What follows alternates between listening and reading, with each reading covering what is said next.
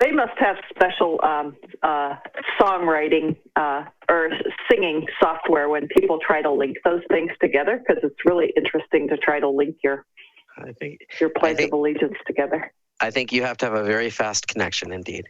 Yes. Ms. Campos, will you please take the roll call? Yes. Trustee Bradall? Here. Trustee Brocchini? Here. Trustee Doggett? Here. Trustee Levin? Here. Trustee Villalobos? Here. Thank you. The district digitally records the audio portion of the meetings. All recordings are kept in the superintendent's office for 30 days and are available during that time period for inspection by members of the public on district equipment without charge. Speakers wishing to address the board on agenda items or non-agenda items, please submit your first and last name and agenda item you wish to speak on in the Q&A area of the webinar. Please do not submit comments or questions in the Q&A area. You will be called to address the board. Your microphone will be unmuted and you may speak up to 3 minutes. After you have spoken, your microphone will be muted. Report out on closed session topics. The board met in closed session regarding conference with legal counsel, anticipated litigation, and significant exposure to litigation pursuant to Government Code 54956.9 sub D 2 or 3. There are 4 potential cases. The board did vote by a vote of 5-0. The board gave its final approval and acceptance of settlement of several special education litigation matters, 4 to be exact, which were settled in order to avoid the time and expense of a dispute. Student A, settlement in the total amount of $54,500, which covers tuition for the 2020-2021 school year, as well as extended school year for summer 2020 at a non-public school, as well as public transportation. Student B, settlement in the total amount of $48,500, which covers tuition for the 2020-2021 school year, as well as extended school year for summer 2020 at a non-public school, as well as public transportation. Student D, settlement in the total amount of $34,200, which includes a number of independent special education assessments, a compensatory education fund, and tutoring lessons for summer 2020. And finally, Student D, amendment to prior settlement agreement entered into in 2019. Parents indicated that student would be privately placed for high school in the fall and agreed to waive the district's obligations to conduct assessments and hold an IEP meeting in 2020. So item 7, approval of minutes of June 3rd, 2020. Are there any questions regarding the minutes of June 3rd, 2020? I'm going to call on each trustee to answer. Trustee Brocchini? No questions. Trustee Bradall? No question. Trustee Doggett? No questions. And Trustee Villalobos? No questions. Okay. Do I have a motion to approve the minutes of June 3rd, 2020? I'll make a motion to approve the minutes for June 3rd, 2020. I'll second. Ms. Campos, will you please take the roll call? The vote. The vote, not the roll call. You've already done that. Trustee Bradall? Yes. Trustee Brocchini? Yes. Trustee Doggett? Yes. Trustee Levin? Yes. And Trustee Villalobos? Yes. Board passes 5-0. Thank you. Item 8, approval of the agenda and consent agenda. All items on the consent agenda will be approved with one motion, which is not debatable and which requires a unanimous vote for passage. If any member of the board, the superintendent, or the public so requests, any item shall be removed from this section and placed in the regular order of business following approval of the consent agenda. Are there any questions regarding the approval of the agenda and consent agenda?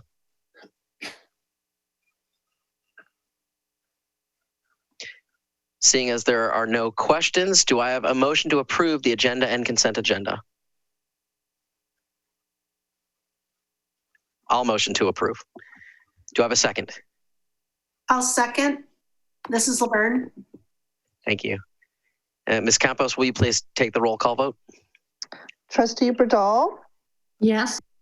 Trustee Brocchini? Yes. Trustee Doggett? Yes. Trustee Levin? Yes. Trustee Villalobos. Yes. Board passes 5-0. Thank you. Thank you very much. Item 9, communications. Oh, I'm sorry. I think I skipped over. Nope, that's all part of this consent agenda. My apologies. Item 9, communications. Speakers wishing to address the board on agenda items or non-agenda items, please submit your first and last name and agenda item you wish to speak on in the Q&A area of the webinar. Please do not submit comments or questions in the Q&A area. You will be called to address the board. Your microphone will be unmuted and you may speak up to 3 minutes. After you have spoken, your microphone will be muted. First up is LSEA. Says nothing at this time. Yeah, LSEA says nothing to report at this time. Item 9B, CSEA.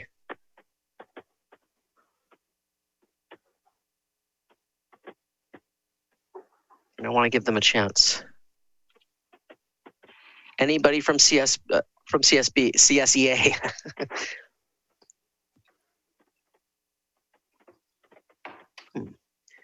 I know we have many attendees.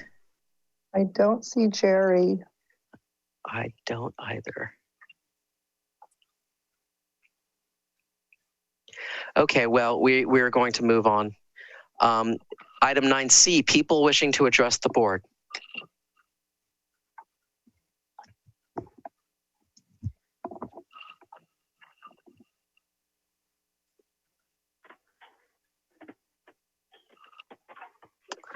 Okay. Seeing as there's nobody, if you want to address the board, please write into the Q&A. To do that, you go to the bottom of the screen and click on Q&A.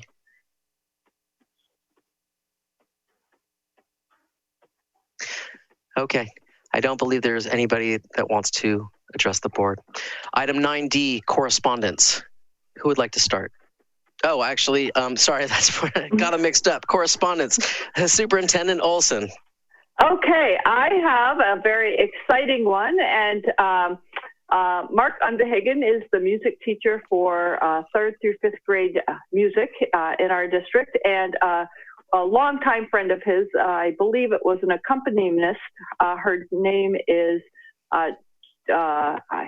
let me pull up my, her name is Jana McKinney, and she lives in Texas. And she, in honor of a relative who had recently passed, I believe she made a significant donation, $3,500 to our district.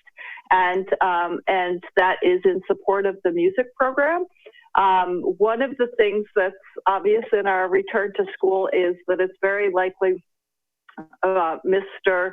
Underhagen's music program will be virtual because people don't sing in public at this time. And so with the $3,500, that will allow us to purchase a powerful enough computer that will help him with the virtual learning piece on that. And he's done some amazing things in this last year with music, and we look at, by giving him a powerful tool, he'll be able to do even more. So thank you to Ms. McKinney for the very generous donation, and we are writing her a letter of thanks. Great. Okay, now item 9E, Board Superintendent Communications. Who would like to start? I can go if you'd like. Sure. Okay. Well, it's every few days, but it's the same since every week since the last board meeting. The county superintendent call, going over the different things in the different districts and the various things for opening, and that's all coming up later. And also the county electeds call, which goes over just mainly San Mateo County, everything happening there, and all the elected officials in San Mateo County. So those are the main two things. Not a lot of things to attend at the moment. Yeah, thank you. Who would like to go next? I could go ahead and go. Okay.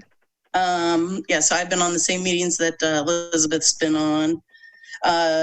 Just one thing they did mention today on the county call was that cases are rising with COVID, and the the age group that's actually rising the most right now is 30 to 35, actually, which probably isn't too surprising considering the events of the last few weeks.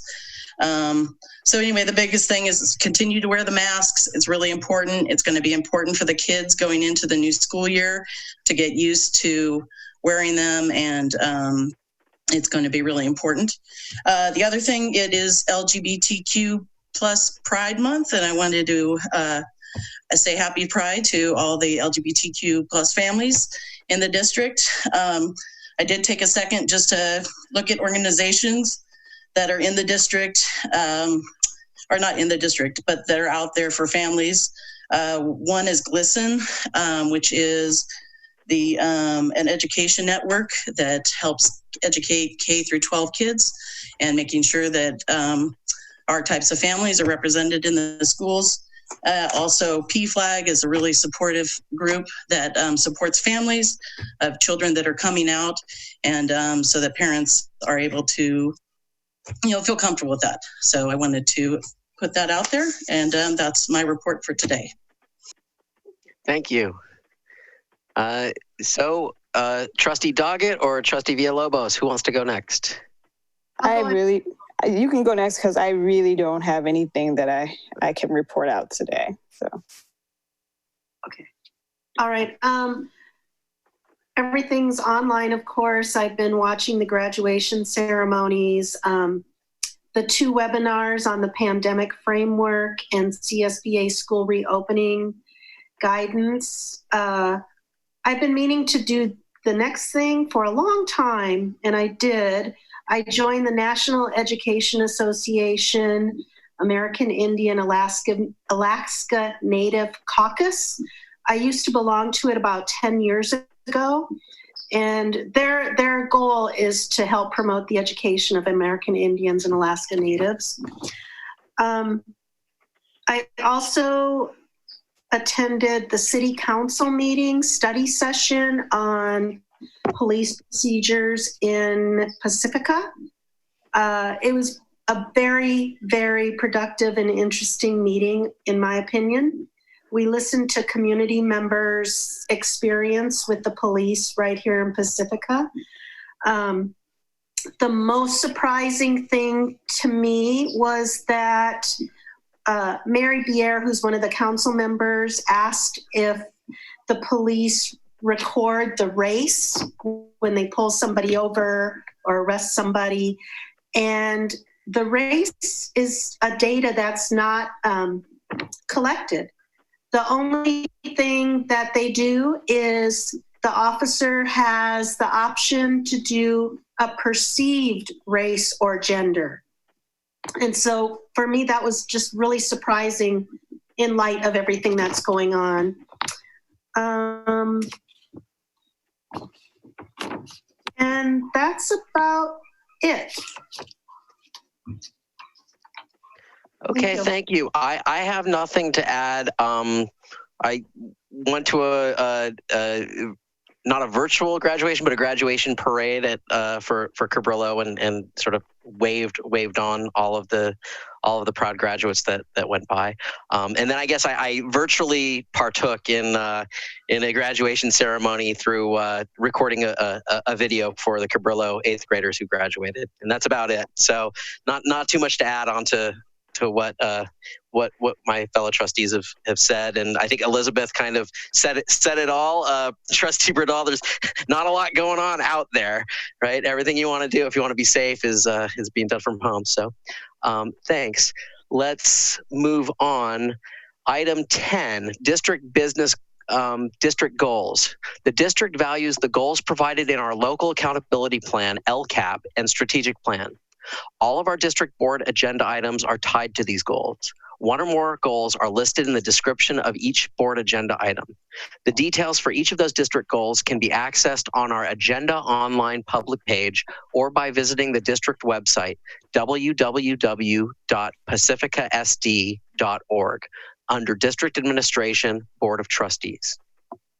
Item 10A, adoption of resolution 2020-06-24-B, authorizing the borrowing of funds, TRAN, tax and revenue anticipation notes. Ms. Peterson. Thank you. As we've discussed previously with regards to the state budget, the state's budget situation is negatively impacting Pacifica School District, and we will have some cash flow issues going into the 2021 school year. And so this loan will enable us to borrow funds in the months when the state doesn't pay us, and then this loan will need to be paid back on June 30th. So this is one loan. We will be coming to the board sometime in the 2021 school year looking for another loan that will cross fiscal years.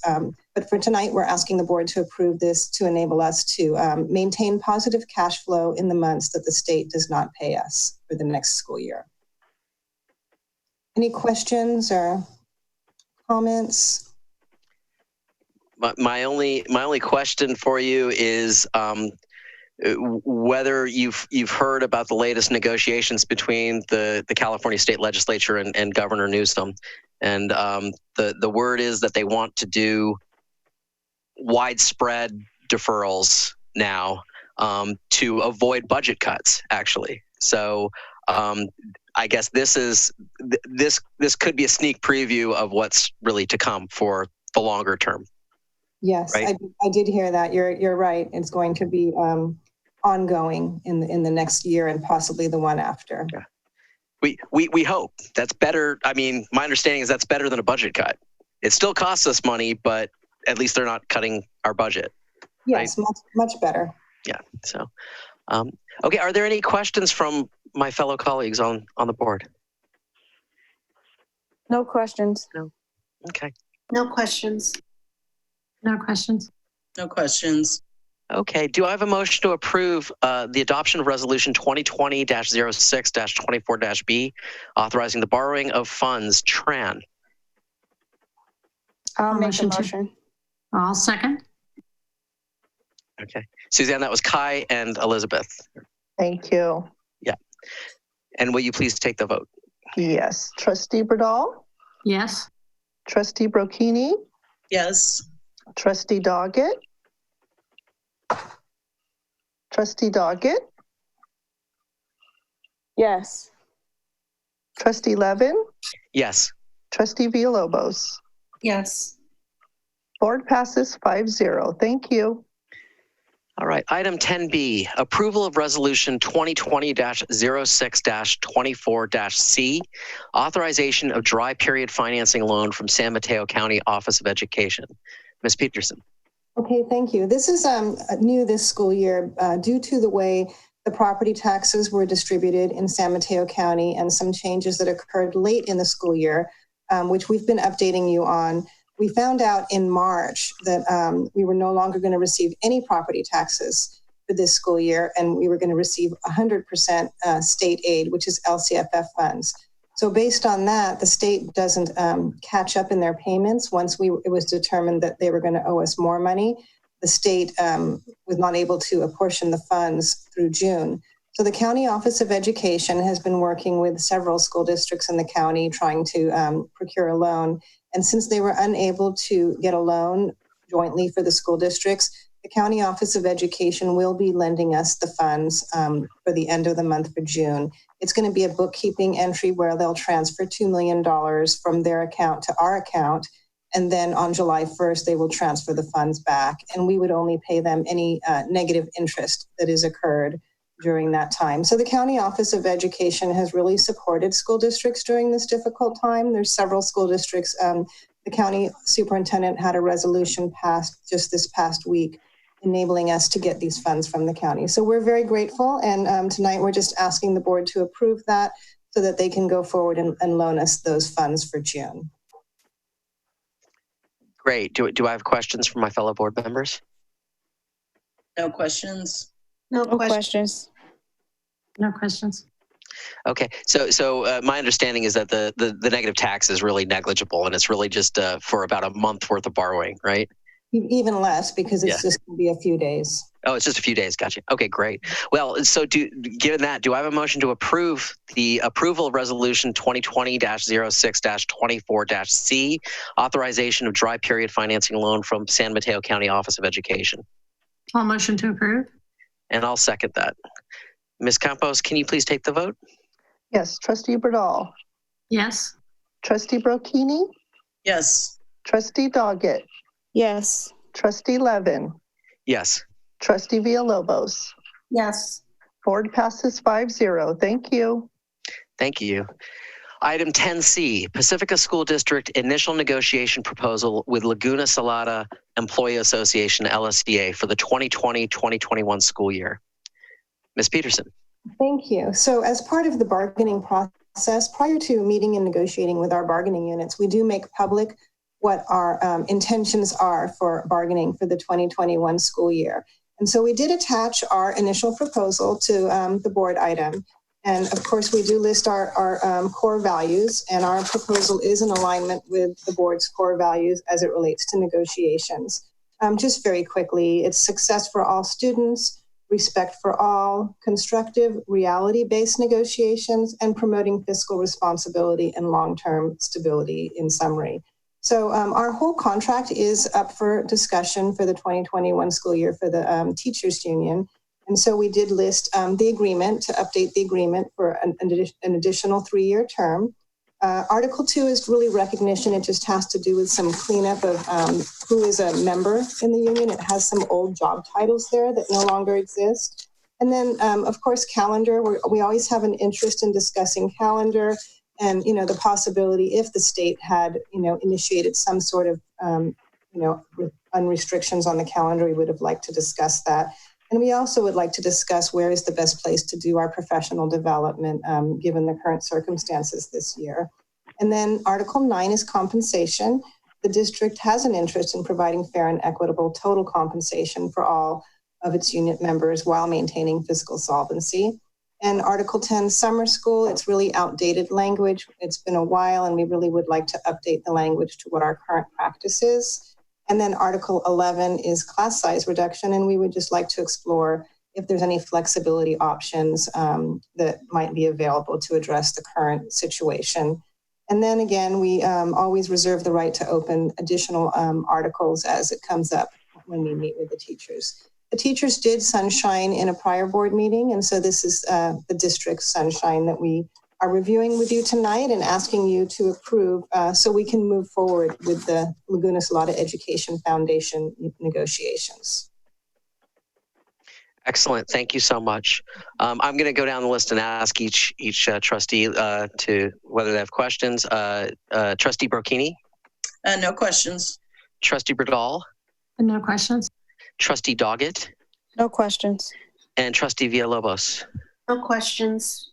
Okay. I have no questions either. I want to see you guys getting to negotiation as soon as possible. So do I have a motion to approve, let me get this right, to approve Pacifica School District initial negotiation proposal with Laguna Salada Employee Association, LSEA, for the 2020-2021 school year? I'll make a motion to approve.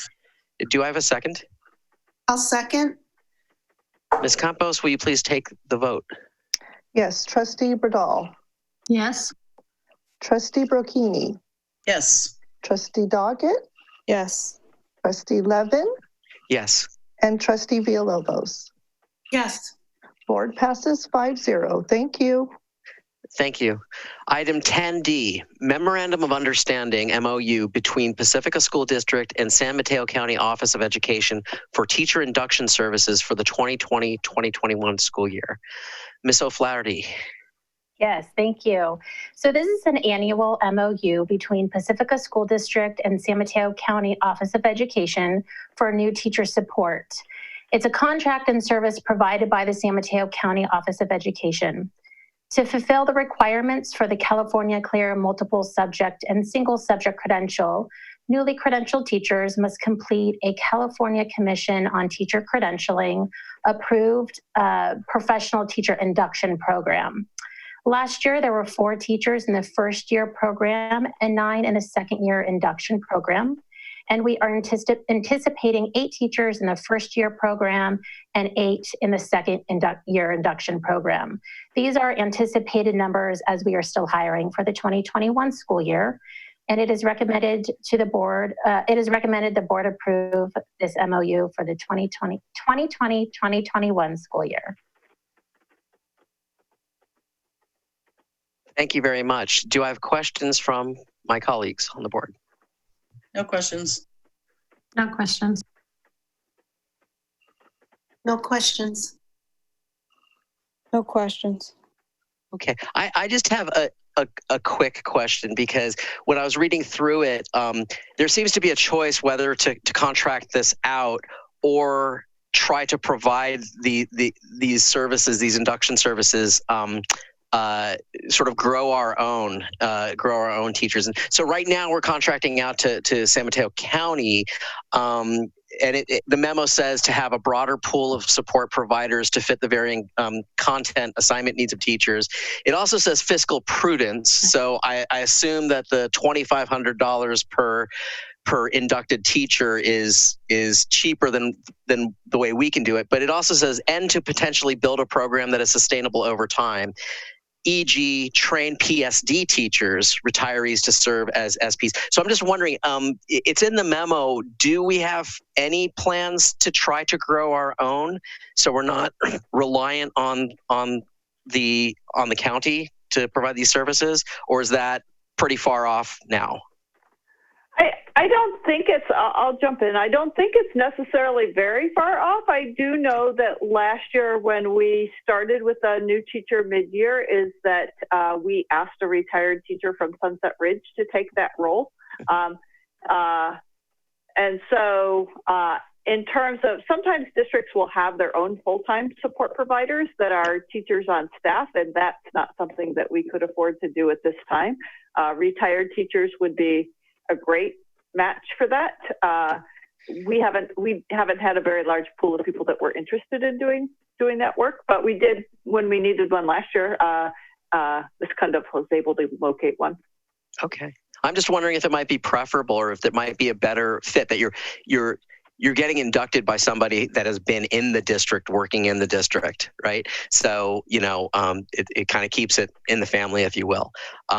So just throwing it out there, but thank you so much. Looks like this is an action item, yes? So if there are no other questions, do I have a motion to approve the Memorandum of Understanding between Pacifica School District and San Mateo County Office of Education for teacher induction services for the 2020-2021 school year? I'll motion to approve. Oh, then I will second. Ms. Campos, can you please take the vote? Yes. Trustee Bradall. Yes. Trustee Brocchini. Yes. Trustee Doggett. Yes. Trustee Levin. Yes. And Trustee Villalobos. Yes. Board passes 5-0. Thank you. Thank you very much.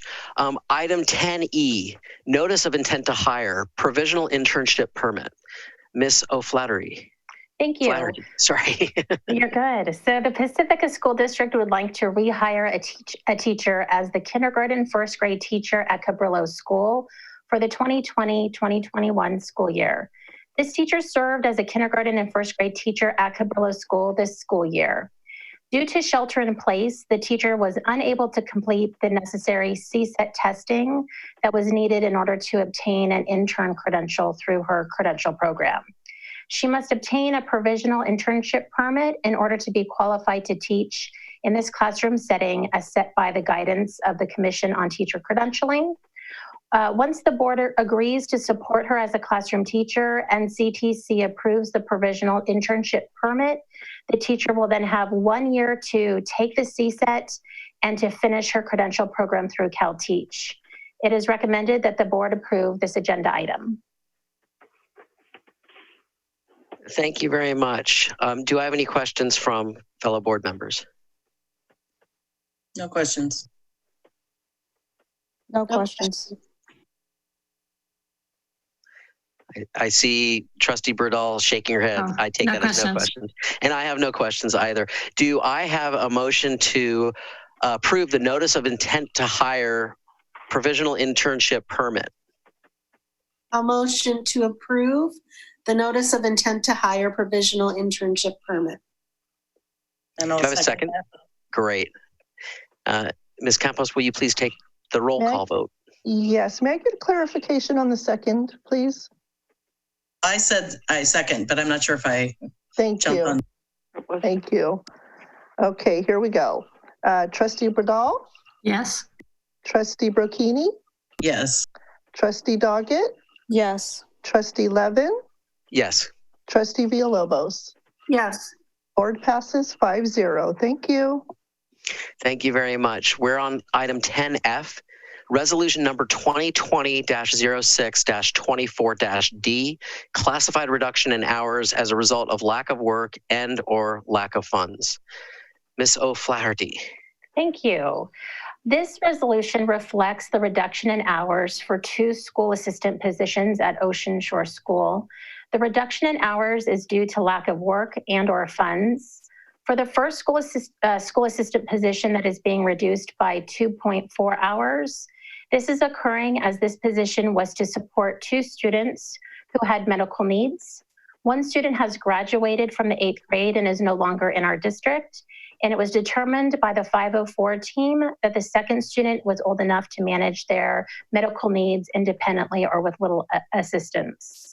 The second school assistant position that is being reduced by 2 hours is needed due to lack of work or funds. Ocean Shore School had used site funds to add 2 hours to their existing school assistant position funded through SIPSA funds. The SIPSA funds will be used in a different capacity for the 2020-2021 school year. It is recommended that the board approve this resolution.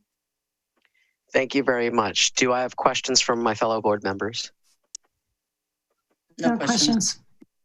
No questions. No questions. Thank you very much. Do I have a motion to approve resolution number 2020-06-24-D, classified reduction in hours as a result of lack of work and or lack of funds? I'll motion to approve. I'll second it. Thank you. Ms. Campos, will you please take the vote? Yes. Trustee Bradall, Yes. Trustee Brocchini, Yes. Trustee Doggett, Yes. Trustee Levin, Yes. Trustee Villalobos. Yes. Board passes 5-0. Thank you. Okay. Thank you very much. We're on item 10G, purchase of Chromebooks. Mr. Lucy. Yes. Can you hear me? Yes. Sorry. But what we put before you is a recommendation to approve the purchase of 2,300 Chromebooks and with Chromebook management console licenses and inclusive of 68 Chromebook carts. A little background on this is that these, as you know, when we went into distance learning, there was a big need from our community to borrow Chromebooks from the sites so that they can participate and engage in distance learning. We gave out over 1,000 Chromebooks. At the same time, those families that did not request Chromebooks, they were utilizing devices that they had at home already. And some issues came up with regarding the different operating systems that they were using, which was causing some barriers for some of our students to get on. In fact, some of them actually later during distance learning came back to request Chromebooks because they weren't able to do certain functions.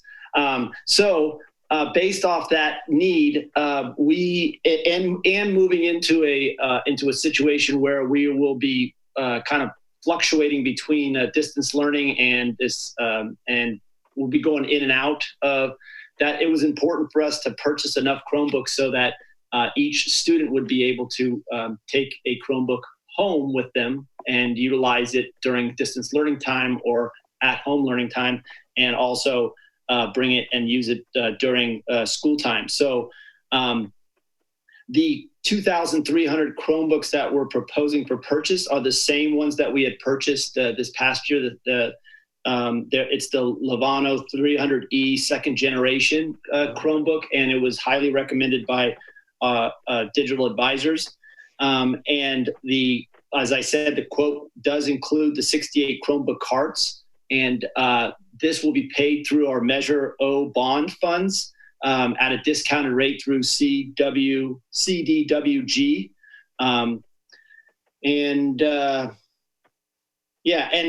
This will allow us also to, I just wanted to point out that we will be able to push out apps easier if we know that all the students are on the same device, and we'll be able to push out applications and all different types of technological support much easier pace, and also manage those devices we'd be able to manage it a lot better. Any questions? Yeah, Will? Yes. That's, so this will bring the whole district back up to 1-to-1, right, on the computers? Yes, and it should actually bring us a little bit over 1-to-1. But yeah, we should be at 1-to-1. Okay, great. Thank you. Are there any other questions?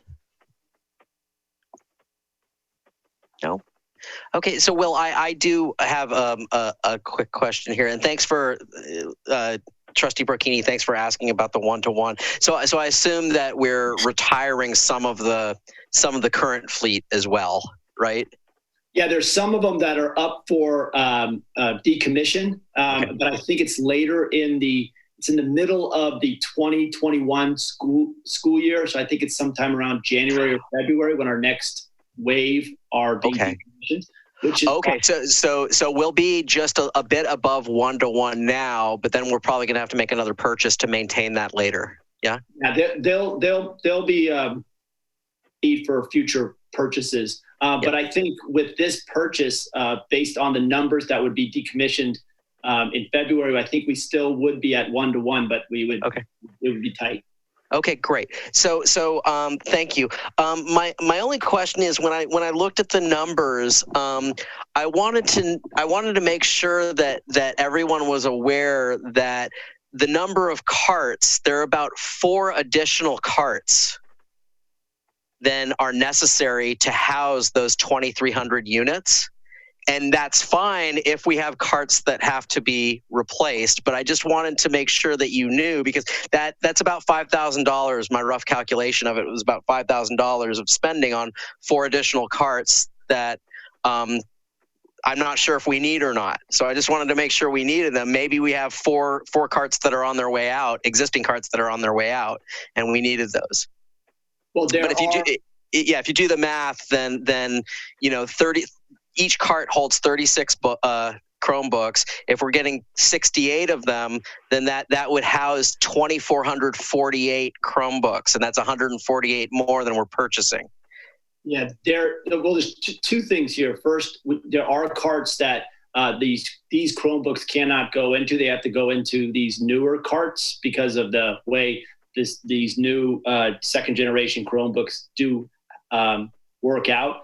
The other piece is, I believe it's 34. It has a capacity for 36, but when you actually wire it, it's more realistically to get 34 in there. Okay. And then the third thing is that because the reason why we have a few more carts is because of the way they'll be stored at the school, in locations to classrooms and locations for student flow would be a bit different, which is something that we didn't really consider in a hybrid model when half the school is there and half the school is not there. But I think that's a benefit of it, that we have enough carts that if half the students have the carts with them, have their Chromebooks with them, and the other half are there, if there are stations for them to plug them in, then it's a matter of different sites and the amount of carts on each site. Thank you very much for that explanation. So if there are no other questions, I believe this is an action item. So do I have a motion to approve the purchase of Chromebooks? I'll make the motion to approve. And I will say, Linda, you can have it. Sorry. That's right. Okay, Ms. Campos, did you get that? It was... Yes, I did. Thank you. Great. Okay, Trustee Bradall? Yes. Trustee Brocchini? Yes. Trustee Doggett? Yes. Trustee Levin? Yes. Trustee Villalobos? Yes. Board passes 5-0. Thank you. Okay, we're at item 10H, approval of resolution 2020-06-24-E, declaring emergency and authorizing reconstruction of school facilities. Ms. Peterson. Thank you. So as you know, Ocean Shore School was flooded in the middle of January. And since then, we were undergoing reconstruction. The main building was completed June 1st. The teachers were back at the site. However, the portables in the back, which is the music portable, the RSP, and then one other classroom, have not been completed. And the reason being is as they were inspecting the portables and took apart the flooring to inspect, for mold and such after a flood, it was determined that the portables were beyond repair. And so in looking at it, they also determined that the damage to the portables was prior to the flood. These portables are very old and in very poor condition. So we've been working with our insurance company on trying to get new portables. And it was a bit complicated because part of it is the insurance and part of it is the district. So we've been able to work with Belfour, the contractor, and they'll be able to manage the project and procure new portables. The one thing is there's a credit on our reconstruction for the main buildings because there were some change orders that, for example, we didn't want the wall coverings to go all the way to the ceiling and some other aesthetic things that we opted not to do at the site. And so we're going to have a large credit. I don't have the number of the credit from the insurance company. He's giving me a ballpark of $300,000 plus as the credit from the insurance company. And now I have a figure for the cost for these three portables. It's about $390,000, but it doesn't include some architectural and some other fees. So with the replacement of the portables, it looks like the district will have to bear very little of the cost in getting these portables replaced. And in our facilities master plan, we do have a plan for putting a music room or a band room and some new buildings. So having these new portables could easily be moved to another school site if we were to be able to get these portables. And so tonight we're asking the board to approve an emergency resolution because we are unable to go through the routine procurement process, which is under the public contract code, bid code. It would take us far too long to be able to bid this project out and get the bid going and the construction done before August. And so tonight we're asking you to approve the emergency resolution, and then we would contract with Belfour to manage the project. And then our insurance carrier, Tom Letta, he would oversee the project on behalf of the district as the district's project manager. So tonight it's really just asking you to approve the emergency resolution. At a future board meeting, I will bring you a summary of the actual contract that we signed with Belfour, the cost, and then the insurance credit. And the difference, if there is a difference, would be charged to the bond funds. So I don't know if there's any questions or comments. Thank you. I have no questions, but perhaps my fellow colleagues on the board do. No question. Josie, so the remaining amount would come out of the bond? Yes. The bond funds? Right now, the estimate is about at least $300,000. He threw out a number of $300,000 to $500,000. So I'm being conservative, thinking if we get $300,000, the district might have to pay $100,000 out of bond funds, but it would be well worth it because we could definitely use these portables in other school sites once we constructed Ocean Shore. So yeah, bond fund would be where we would fund the difference from.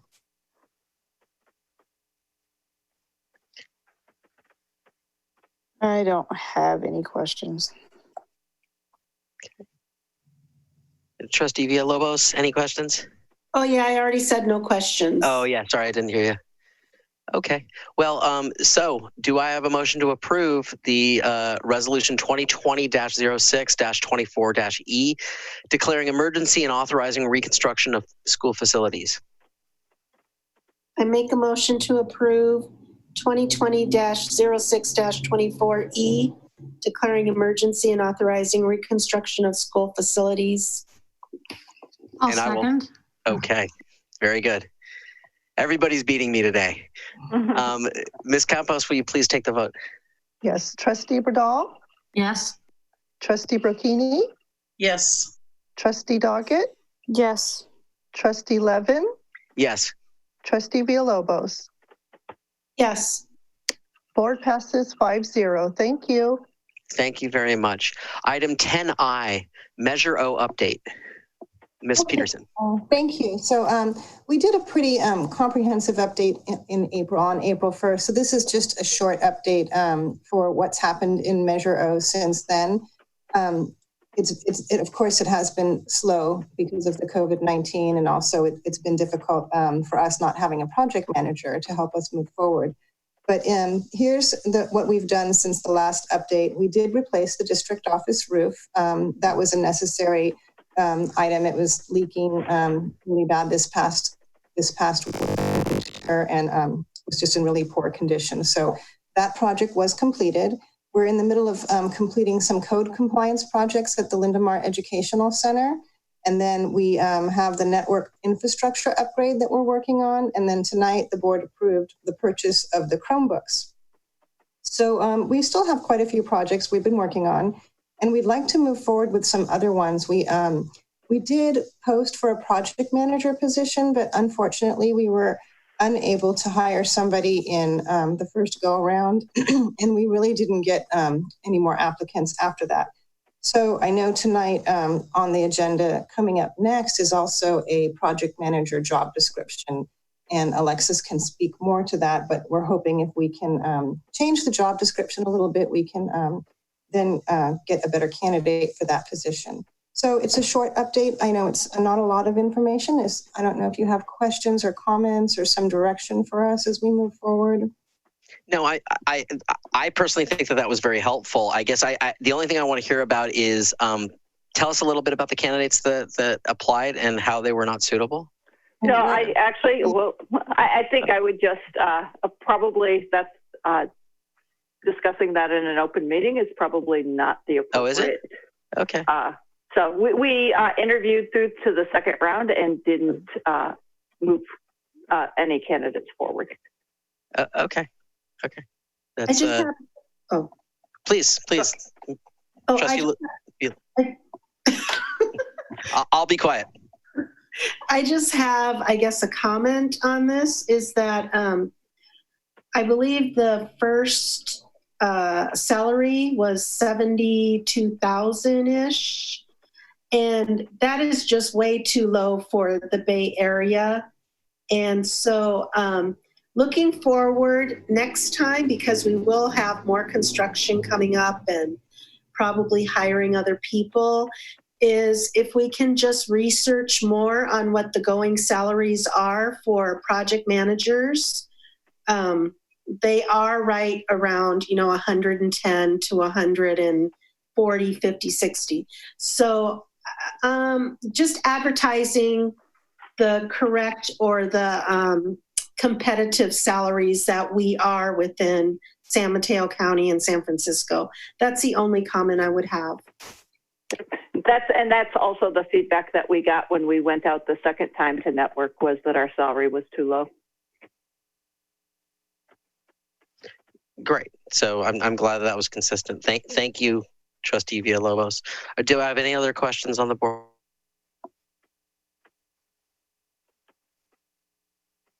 I'll take that as a no. So let's move ahead to item 10J, revised project manager job description.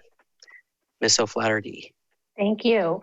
On April 1st, the board approved a new job description for the project manager. Tonight, we are sharing a revised job description for the position of project manager.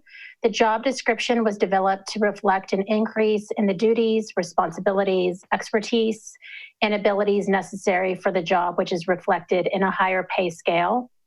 The qualifications and certifications required are also outlined, and it is recommended that the board approve the revised job description for the project manager position. Thank you. Are there any questions regarding the revised project manager's job description? No questions. Questions? No questions. No questions. Okay. And I have no questions. I read through it. It looked good. Do I have a motion to approve the revised project manager job description? I'll make a motion to approve the revised project manager job description. I'll second. Okay. Ms. Campos, will you please take the vote? Yes. Trustee Bradall, Yes. Trustee Brocchini, Yes. Trustee Doggett, Yes. Trustee Levin, Yes. Trustee Villalobos. Yes. Board passes 5-0. Thank you. Thank you very much. Item 10K, Public Employee Appointment, Project Manager. Superintendent Olson.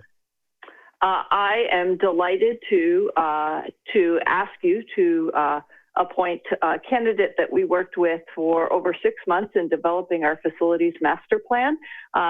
We got in touch with her a second time when we reached out to network for candidates, and were amazed that she would be interested in the position to work with us. She knows our district buildings as a first-year superintendent. When I had a question, I called her as a colleague to ask her where there were rooms and other kinds of things. She knows our buildings very, very well. She's very detail-oriented and will allow us to move more quickly on our bond. I know that one of the concerns is that we haven't made progress in the last couple of years, and because she helped us write our plan and knows our buildings and our facilities, that we will be able to move more quickly.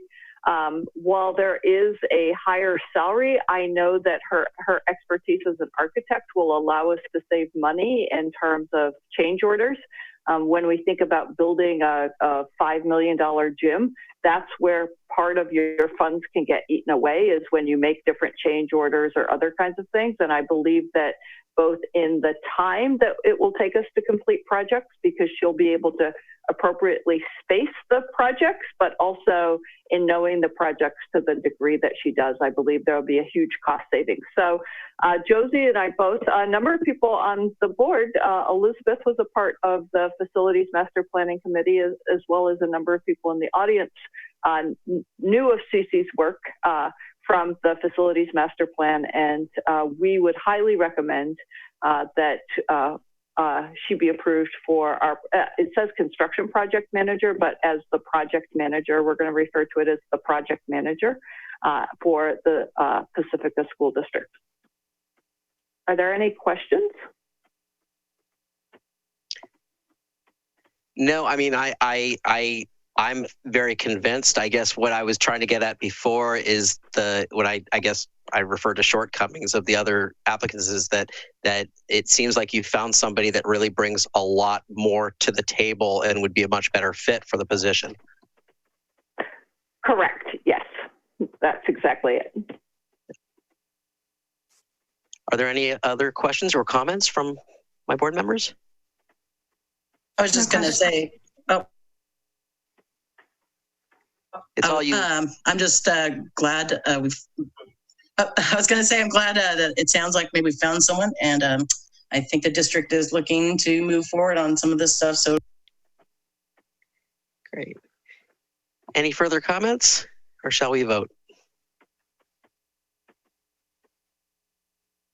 I will take that as we should proceed to vote. So do I have a motion to approve the appointment of Cece Meng as 1.0 FTE project manager? I'll motion to approve. And I'll second. Okay, time for the vote. Trustee Bradall, Yes. Trustee Brocchini, yes. Trustee Doggett, Yes. Trustee Levin, Yes. Trustee Villalobos. Yes. Board passes 5-0. Thank you. Excellent. Thank you very much. Item 10L, appointment of 0.5 FTE Vice Principal of Guidance and Learning at Ocean Shore School. Superintendent Olson.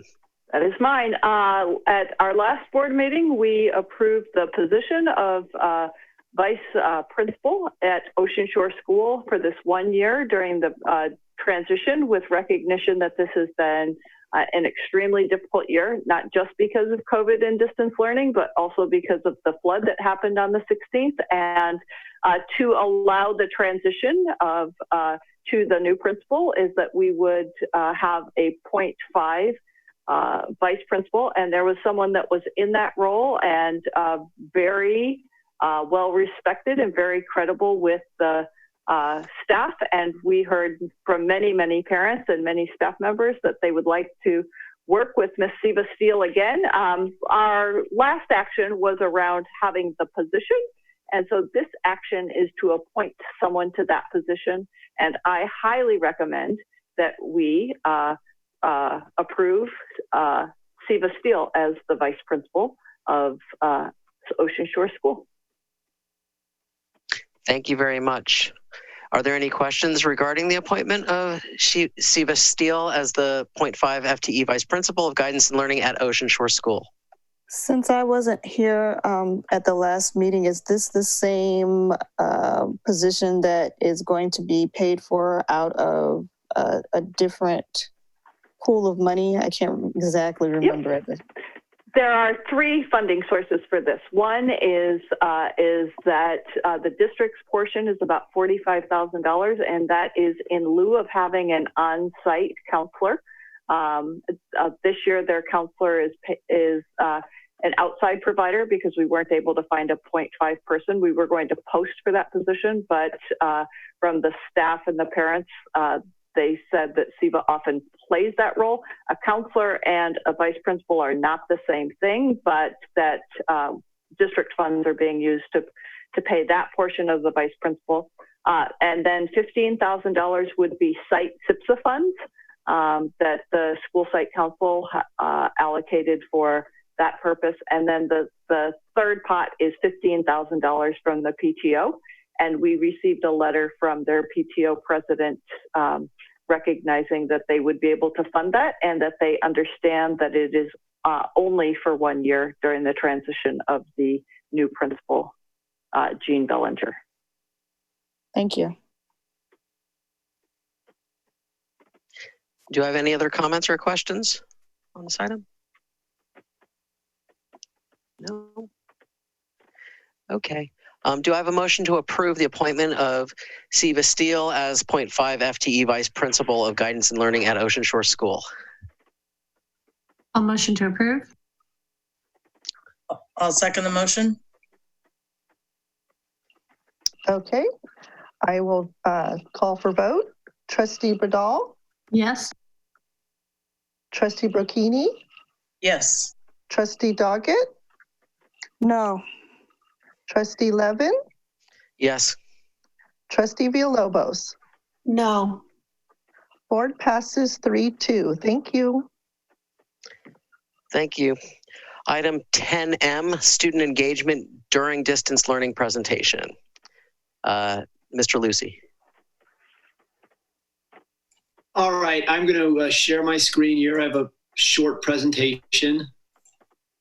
Can everybody see that now? The screen? I cannot yet. I can see the screen. I can't see your presentation yet. Now? There it is. Yes. There you go. So this presentation is around student engagement during the distance learning period. Let me get myself on there. There we go. So the distance learning student engagement, just a couple of things before I share with you some of the data. Daily attendance was not taken formally during distance learning. So the data that we received wasn't from, the data that I have in this presentation isn't from a daily attendance or a daily roll. It wasn't taken it wasn't taken formally during the distance learning piece. But with that being stated, each school did reach out to individuals to provide support and monitoring for any students and families who were not connecting. So they were monitoring the students that were not connecting. The teachers were monitoring, and at all the schools, they were actually creating a spreadsheet of families that weren't connecting or students that weren't connecting, and they were reaching out to those families to find out what they needed, what supports they would need to actually begin to engage or during the distance learning period.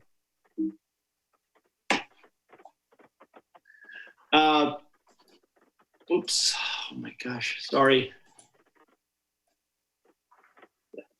So there was 3 different places that I received data with regards to this. First, there was the information that the principals reported to me based on how they were monitoring at the school sites with regards to participation and engagement. So this slide indicates the number of students by school that weren't consistently or were inconsistent in their participation and engagement during distance learning. And the percentage up there, the 8.4% is basically these numbers added up divided by the total student population in Pacifica School District. And then the second place that we received data with regards to participation in distance learning was through a staff survey. And this slide shows the percentage during the beginning part of distance learning, the second half of distance learning, and the entire period altogether. And those percentages are representative of teachers reporting at least 70% of their students that were consistently participating. So this again is from the staff, from the classroom teachers, and this is where they were, what they felt percentage-wise of students that were consistently participating throughout the distance learning period. And in the third place where we received data was through the Family Distance Learning Survey, and the 82.3% aim to complete 75% more of the assignments. This came from the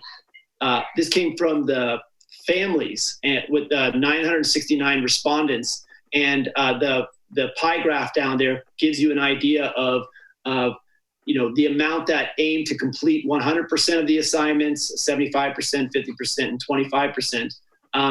And then also those who created their own curriculum or sought additional information, or those ones that said we just did not engage in distance learning.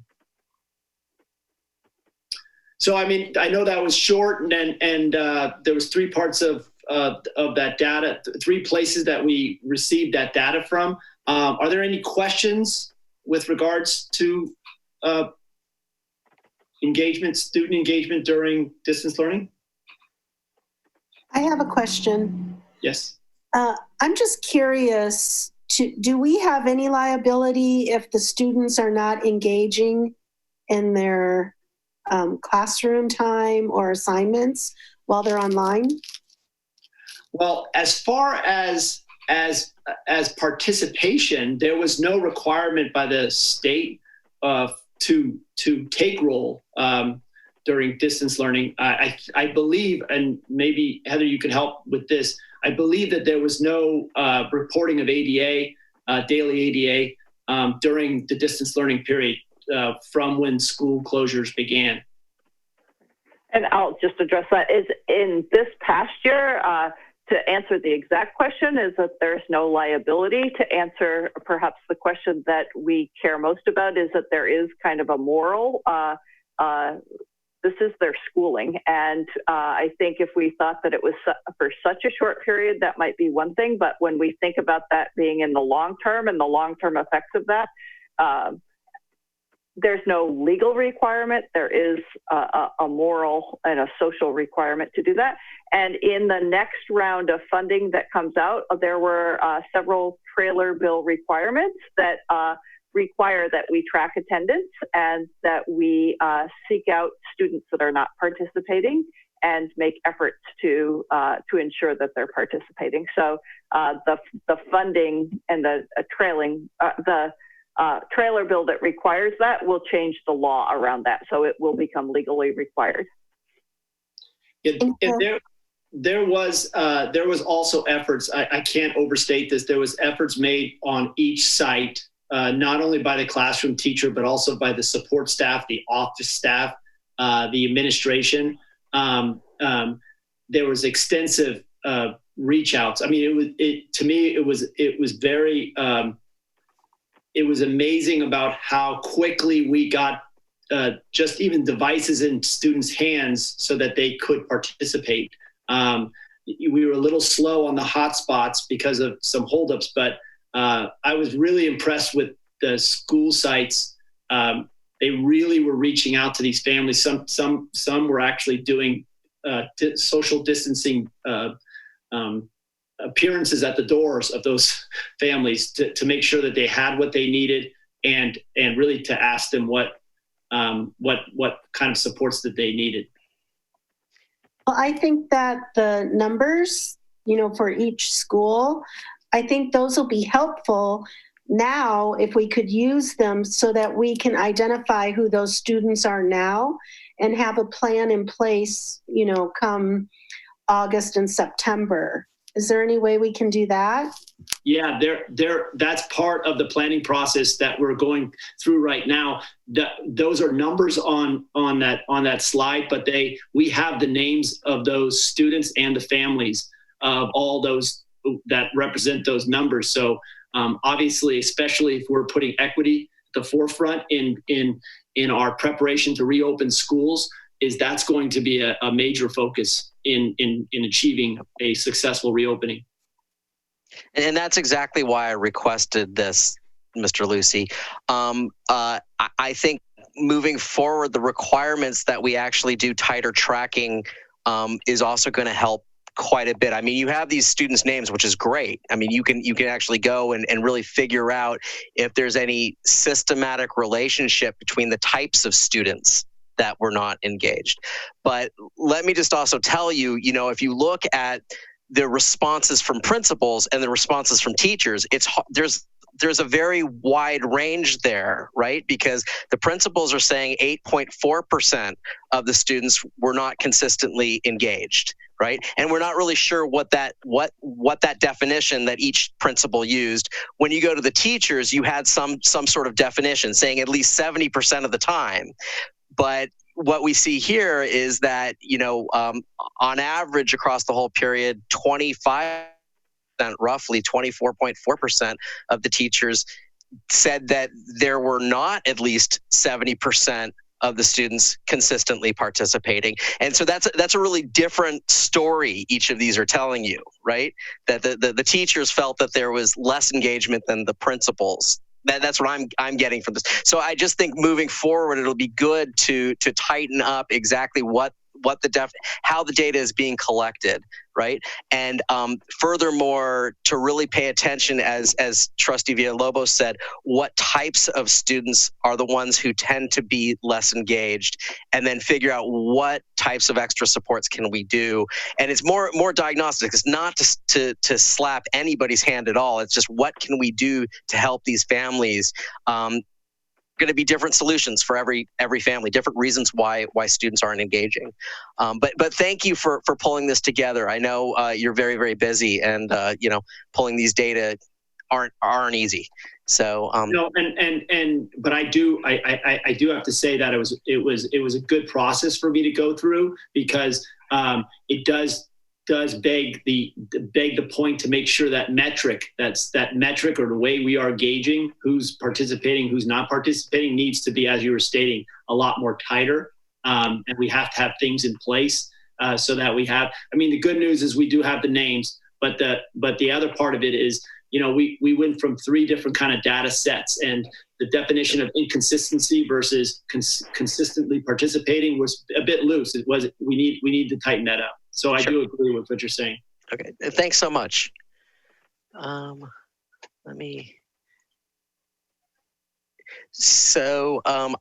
was not an action item. That was an informational item. Are there any other comments or questions for Mr. Lucy? I think he answered everything. Thank you. No questions. Okay. Thank you very much.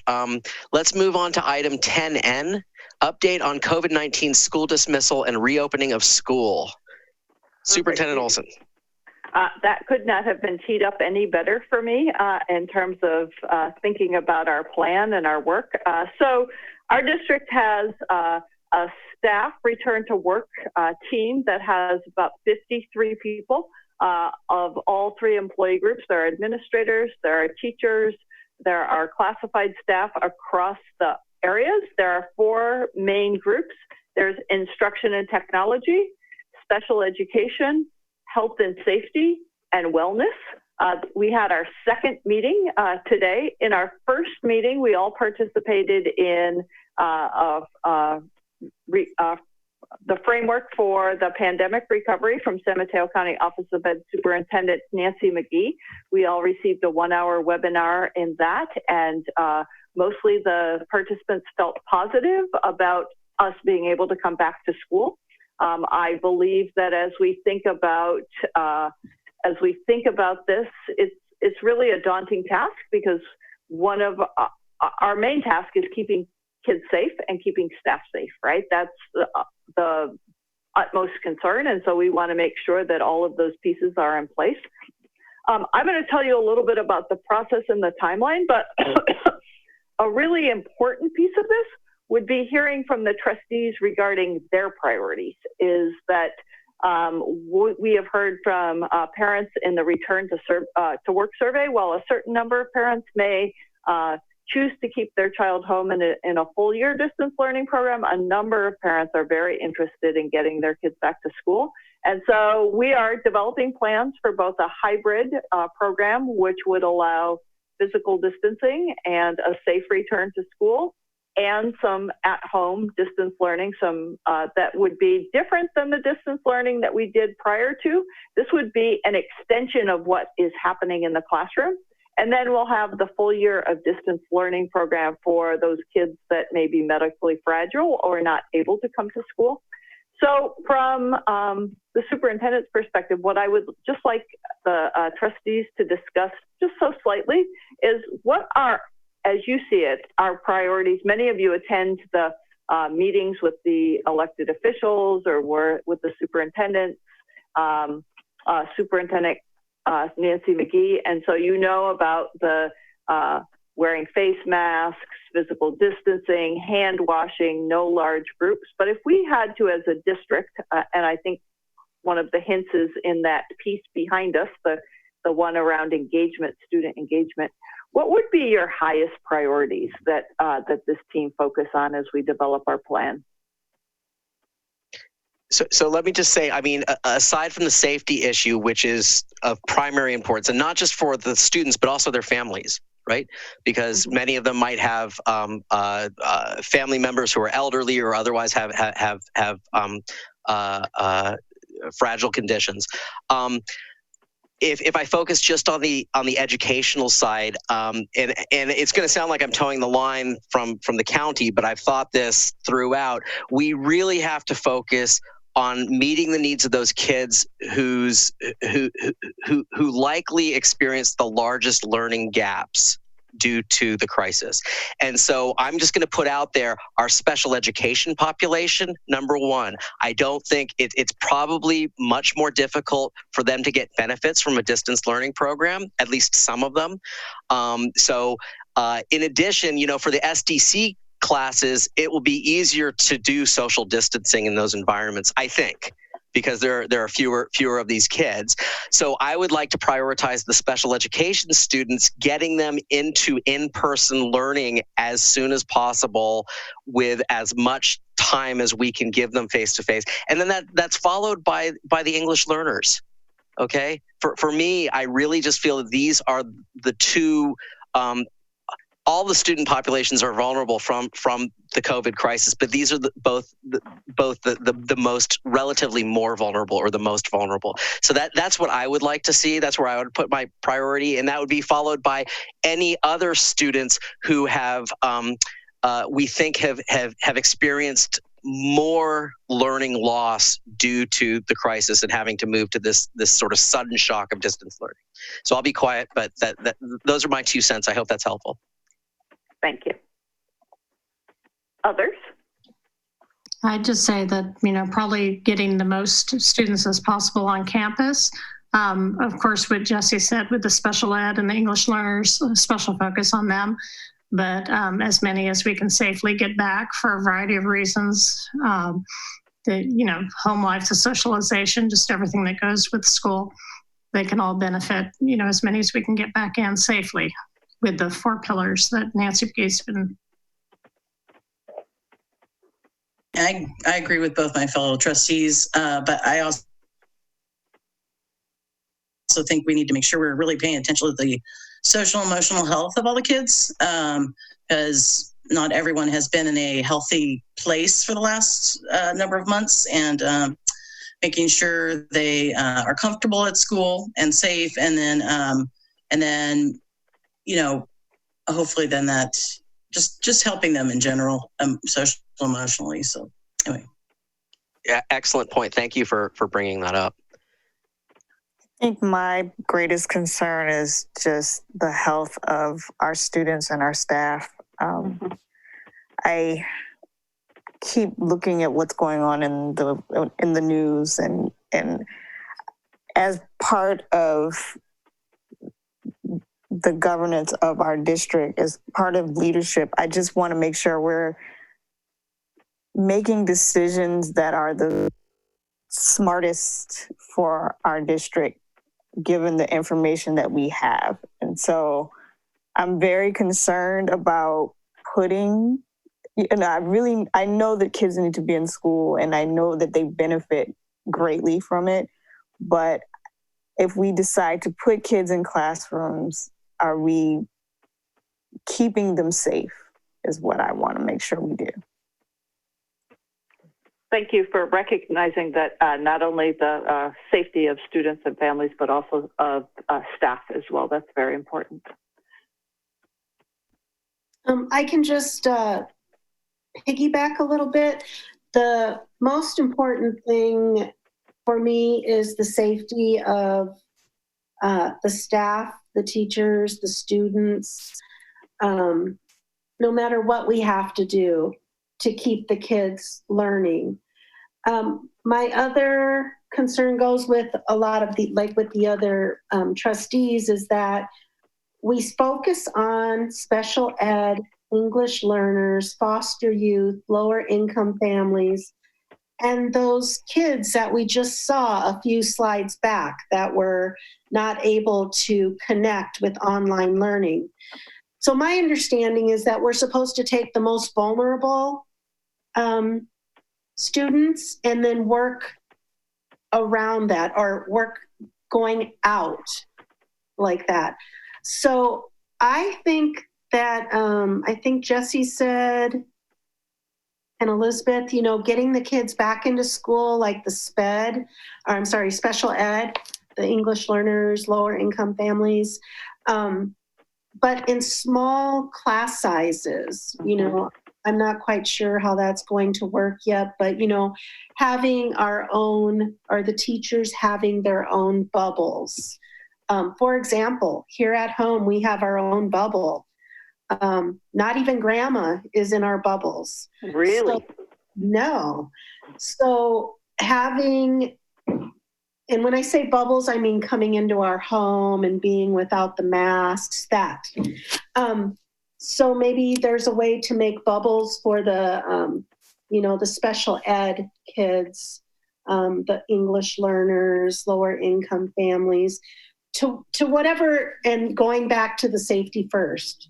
And then the other one is, are we going to have one or two teachers who are dedicated to the online students, the parents who chose to keep their students at home, or are they going to be in other classes? That was one of my concerns.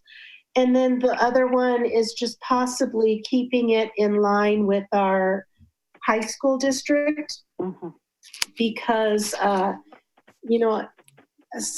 just we've always been in line with them, and just the considerations to the other family. Great.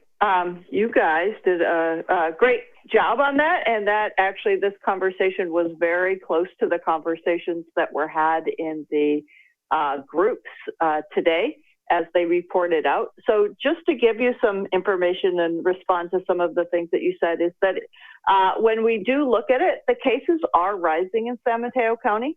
And so we want to pay really close attention to that and hope that eventually they go down. And pay attention to that, because I do think that could have an impact on the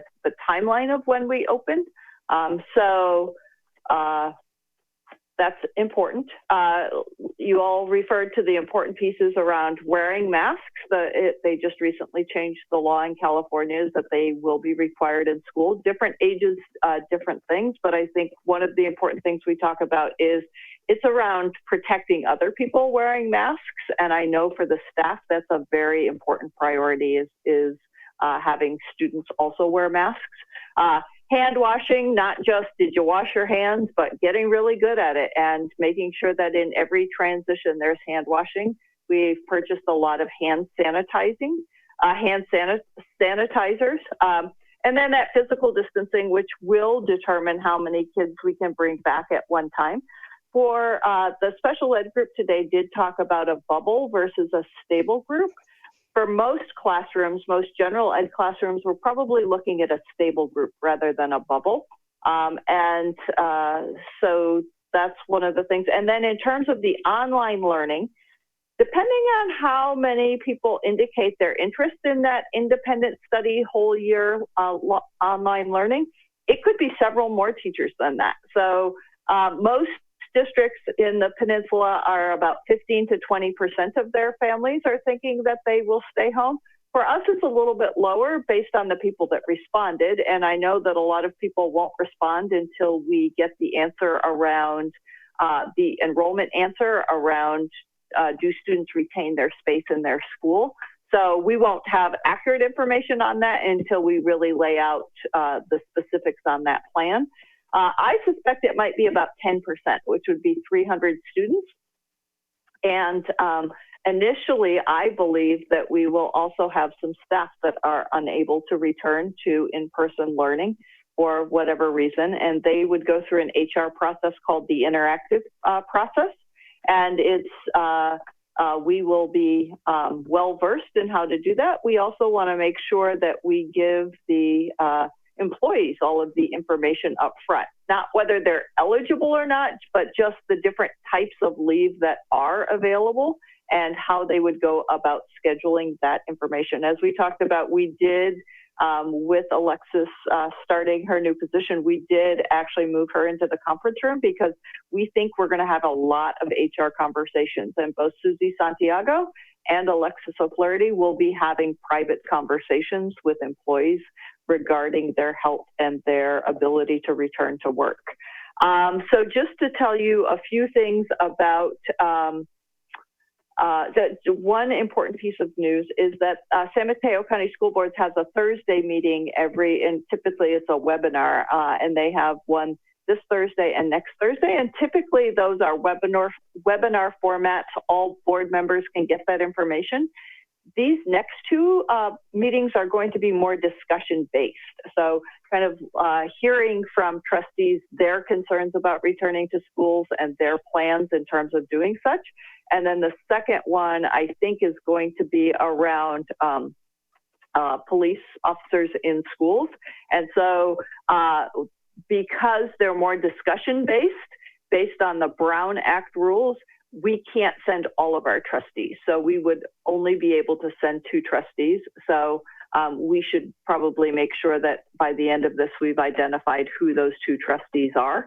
And then, next piece of that plan, and I was hoping to have it out today, but it will more likely be tomorrow, is starting to think about communicating with families. So we don't have parents, only parents. So we have some staff members that are parents, but we don't have only parents on our task force. We have about 53 people.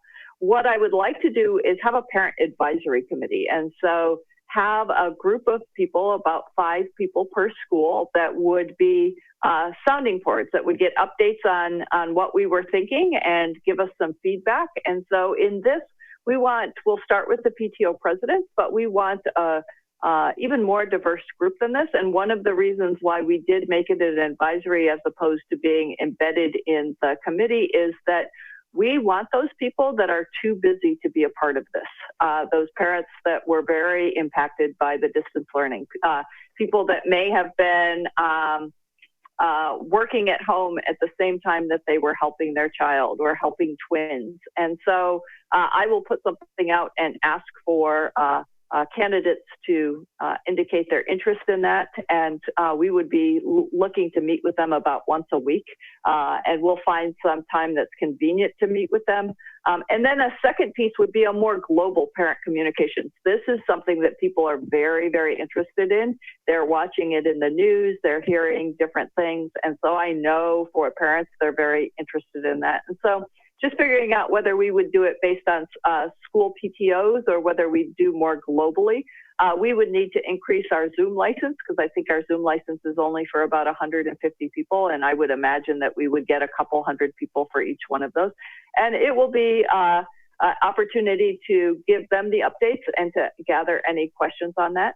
To talk about what Jefferson has done is Jefferson has offered up two options for families to give their opinions on. There's one, option one, which is 1 day per week. And so about a third of the students would be in class at any given time. So 1/3 on Monday, 1/3 on Tuesday, and I don't remember what the third day it was. And then the rest would be distance learning. I don't know that that's the best match for an elementary district. The option two is a better match for our district, which is on Monday and Thursday, the A cohort would go, and on Tuesday and Friday, the B cohort would go, so about half the class at any given time. So anywhere between, for us, that would be about 12 to 16 students. And so those are interesting options. They will be deciding it right about the same time we are. You know, in an ideal world, we're going to bring a recommendation to you on the 15th of July, which means it mostly needs to be done by the 8th of July. That's right about the time that Jefferson will be making that decision, but we'll try to see if we can get any insider information because we know that super important is to pair up with them as long as it's something that would be good for most of our students. And then just to talk about some of the work that we did today, I could not be more pleased with the people that have that are on the committee and their ideas that they're coming into this. And more or less, I think the more you get involved in this and you realize that step by step that we can make choices that it doesn't guarantee the safety. Like that's the part that I'm very upfront with is you can't guarantee people's safety at this point, but you can make steps and make actions that mitigate that risk. And one of the things that many public health officials will say is that the safest thing is to never leave your house. And that's the best way to make sure that you aren't exposed to the coronavirus.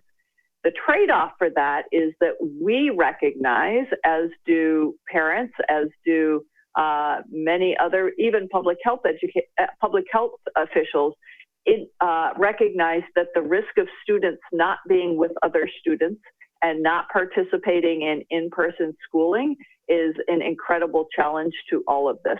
So we just look at some of the opportunities that we have in front of us. You know, when we think about two of the groups today talked about what they would want for their child, what kinds of things that they want. And the social emotional wellness group talked about it as, you know, really one of the things we all miss about school is the joy and being at school, being with kids, the joy of being with each other, being able to play and laugh.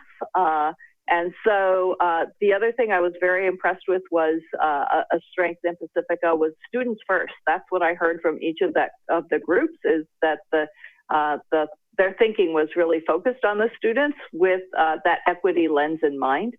The other thing that while we do have relatively small classrooms, one of our advantages, not always a good advantage when you have to mow it, but we have large pieces of property and pretty substantial outdoor spaces. And so starting to think about how can we use outdoor spaces? Can we eat lunch outdoors? Can we spend at least part of our time out on the big field at Cabrillo or the big field at Ocean Shore? So I think that this is going to push us to think about things in a different way. And what I say to staff and principals is that we have to think about this as we're not looking to recreate our very typical start of the school year. We have the opportunity to build something new. And it's going to be weird with people in masks. We do not typically want kids to be distant from each other. We like them to sit next to each other. We like them to turn and talk to their neighbor. We like them to collaborate on projects. We like them to be shoulder to shoulder when they're having conversations. That's, the way that we've all taught. That's what in our mind is good teaching. And it's just weird to think about it in that other way. But if you think about the opportunity of outdoor learning, or really when we get back onto campus focusing on literacy, numeracy, and excuse me, and then social emotional learning is going to be huge in this. And I think we have a strong team and we have a strong background in that. So I will stop right there. I've had plenty to say, but are there any questions from the trustees? I don't really have a question other than, is it possible for us to put out the 4 pillars maybe through so I was going to include that parent groups online, or so. You're fading out on me, Linda, but I was going to include the 4 pillars as part of my communication when I was just updating parents on where we are in our planning process and the timeline, and asking for parent volunteers for the advisory. Yeah, I just think that the sooner parents start to get their minds around what they're expecting, the better. Good, thank you for that. Any other questions, concerns? I mean, just one final point that I didn't think of, but I've heard and read about is that, vulnerability to learning loss is also kind of age specific, right? Mm-hmm. So it's a lot, simply put, it's a lot easier for kids who are older to benefit from distance learning than it is for kids that are younger who like to move around and like to do active learning lessons. So the problem here is that is negative related, because yes, we would like to get those kids in the classroom, but we have to be extra careful about those kids because they need more instruction in how to be safe and keep their distance, mm-hmm. right? So I have trouble sort of thinking about, a kindergarten class and boy, that's, keeping the kids 6 feet away from each other is a chore, right? Even though we really want these kids who would probably benefit less from distance learning to be in the classroom. So it's just, it's a very difficult, it's a complex problem, but I'm looking forward to see what you all come up with. Okay, good point. Anything else?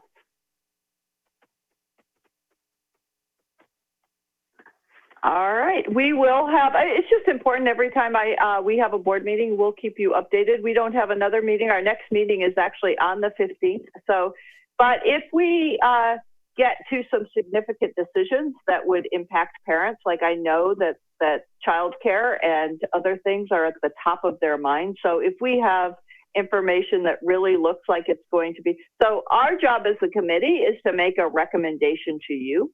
You ultimately approve the plan. So it's not a done deal until you all approve it.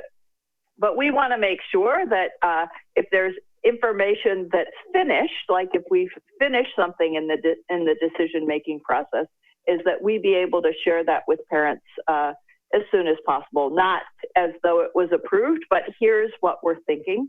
And fortunately or unfortunately, our families have become accustomed to that.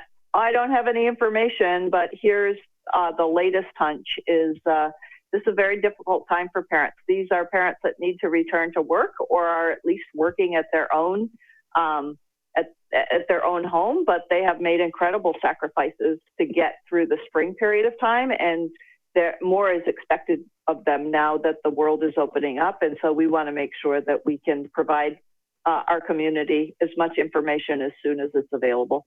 So thank you. Thank you so much. That was an information item, so we're going to move on to the next item, which is 10.0, suspension data presentation. And Mr. Lucy, it's you. Thank you, Jesse, for telling me. No, I knew. So I'm going to share my screen. I do have another presentation, slide presentation. So I'm going to do that right now.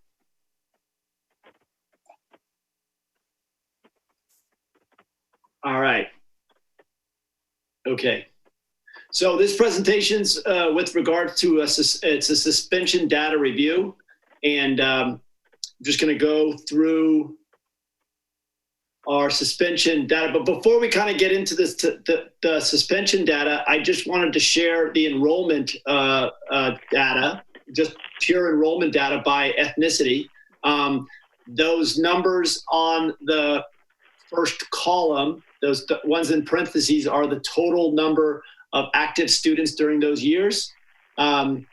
So that's what are in the parentheses. And then you have your different ethnicities all the way across the 2 or more races throughout the 3 years from 2017-18, 2018-19, and 19-20. Do have a kind of a graph that kind of helps you see it visually. Again, the blue is the 1920, orange is 18-19, and gray is 17-18.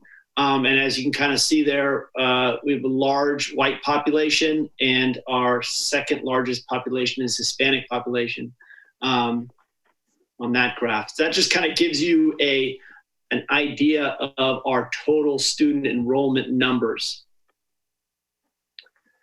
Student groups by percentage, and this is again a total population, student groups by percentage, 40% of our, pretty much across the board, over the 3 years, 40% of our population is white, 26% is Hispanic, and then we have the other. The other is is inclusive of, I think later on I have the others in a percentage in another bar. I think it's Filipino and Pacific Islander, those two populations combined. But you have Native American, African American, 2 or more races, and Asian. Again, this is total population over 3 years, percentage-wise. Okay, and before we get into the suspension data, just a couple of points here that when we refer to the suspension data, we're inclusive of both in-house and out of school suspension. So any time a student has been suspended, whether they're in-house or out of school suspension. And then there's 2 ways to look at it. There is the number of students suspended, and then the total number of suspension incidences. So we're going to look at it those 2 ways. Students suspended, and the suspension incidences. And if we look over our 3 years, in 17-18, we had the total number of students in 2017-18 was 45. Those are the students suspended, and there was 61 total incidences. And as we move over to 19-20, there was a lower amount, 34 total students suspended, and 52. Which was inclusive of 52 suspension incidences. 3-year numbers within our student groups. As you can see there,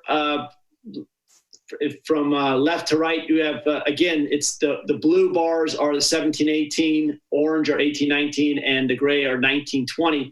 And as you can see in that first one is in 17-18, we had 0 African-American students suspended. So there's not even a bar there for that. And then 1 in 18-19 and 2 in 19-20. From this bar graph, you can see that the Hispanic students suspended, again, these are students suspended. These are not incidences. These are a number of students. They had over the 3 years, they had the highest numbers with the white students next, and then the 2 or more race, and the Asian students, and Native American and African American following that. And then the 3-year number of suspensions, and these are suspended incidences. And as you can see, it's the same groups there, and kind of follows the same group, except for the 17-18, there was there was a high number of Hispanic student suspensions in 2017-18, reduced the next 2 years, but that 17-18 number was fairly high.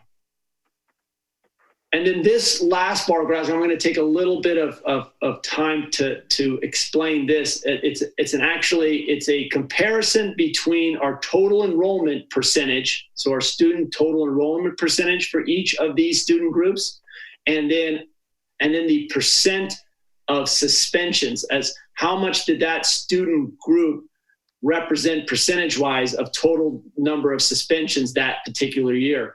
The one thing that's not outlined here very clearly is the first bar is the 17-18, like, and I'm pointing at the Asian student group here. The 17-18, 18-19 is the second bar, and 19-20 is the third bar. So it goes in chronological order from top to bottom. And again, the blue bars are the total student populations, as we saw in a previous slide. And then this number here, 8.9 for the Asian population for 2017-18, that's 8.9% of students that were 8.9% of students that were suspended were Asian. So that's, you can kind of see that again. It's kind of a neat graph in that you can see some of the disparities. You know, the white population makes up 40% of the total population, but they got suspended, you know, except for 31%, 29%, and 24%. So, and it's almost the reverse for the Hispanic population, which they make up around 26% total population, but they got suspended 42%, 39%, and 44%. And as you work your way down, you can kind of see those comparisons where the bars are longer on one side or the other, depending on the particular group. So I was going to leave that up. If you have questions, but I was going to leave that one up so that you kind of take a little bit of a longer look at that. Will, thanks so much for putting this together. This is exactly the type of analysis that I think we need to see. I just wanted to make one little correction. I think your intention was right to do the total the share of total suspensions in orange, but I think you used the duplicated numbers for that. So the orange actually represents the percentage of students, the percentage of repeat suspensions, right? Yes. So it's not right. So it's not the proportion of overall suspensions. It's the proportion of students in that group that were ever suspended. So it's actually, you're right. I misspoke. It's the percentage of suspended incidences by that population. So it's not students.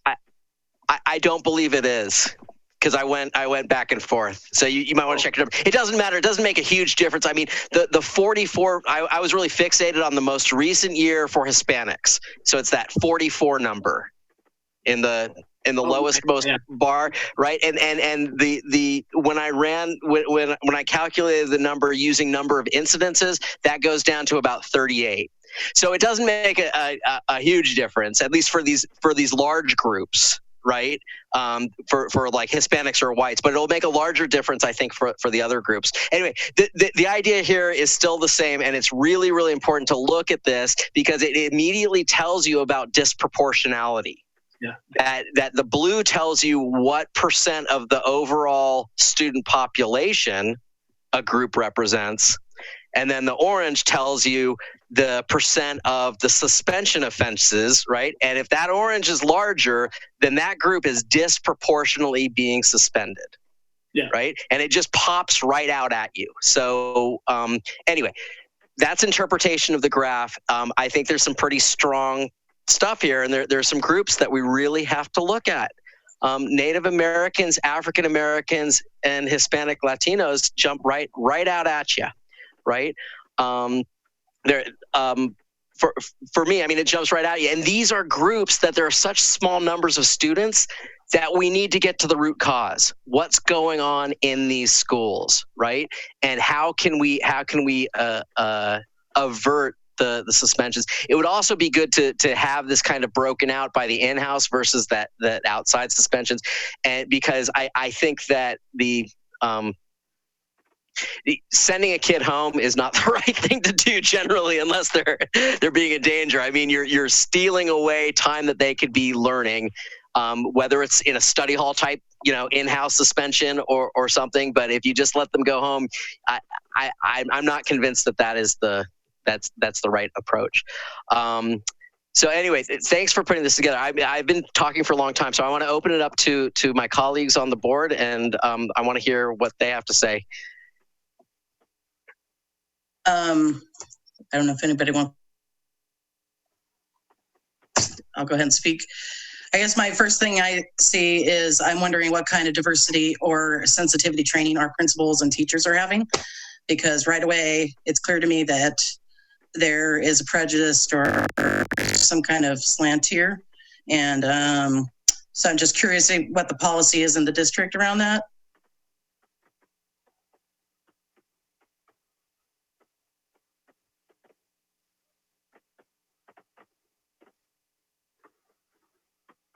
Does someone else want to go, or do you want to reply? I Mr. can't Lucy tell whether Will's frozen. Oh, no, sorry. Did you want me to reply to that? Because that's a great question, Linda. Yeah, I'm sorry. Yeah, I'm just curious what the policy is in the district. I know that I do know this, but I don't have a direct answer for that, Linda. I think that's a good question that needs to be posed, needs to be put out there and posed. But I know that through our restorative practices training, there is a look at not just suspensions, but just general incidences of keeping students away from instruction for whatever reason. That's be sent to the office, whatever those type of incidences, and looking at different ways of why that occurs, and different ways of dealing with those specific types of incidences that doesn't take them away from instruction and in the classrooms. Like not putting them outside the room and those type of things. The other thing I did notice, which is not on these charts or anything, is that again, I have for all 3 of these years, we have the list of names of these students that represent these numbers. So and obviously I'm not going to share them in a public forum, the names, but it does allow the school sites to really kind of look at what Jesse was referring to earlier, the root causes of what's going on here.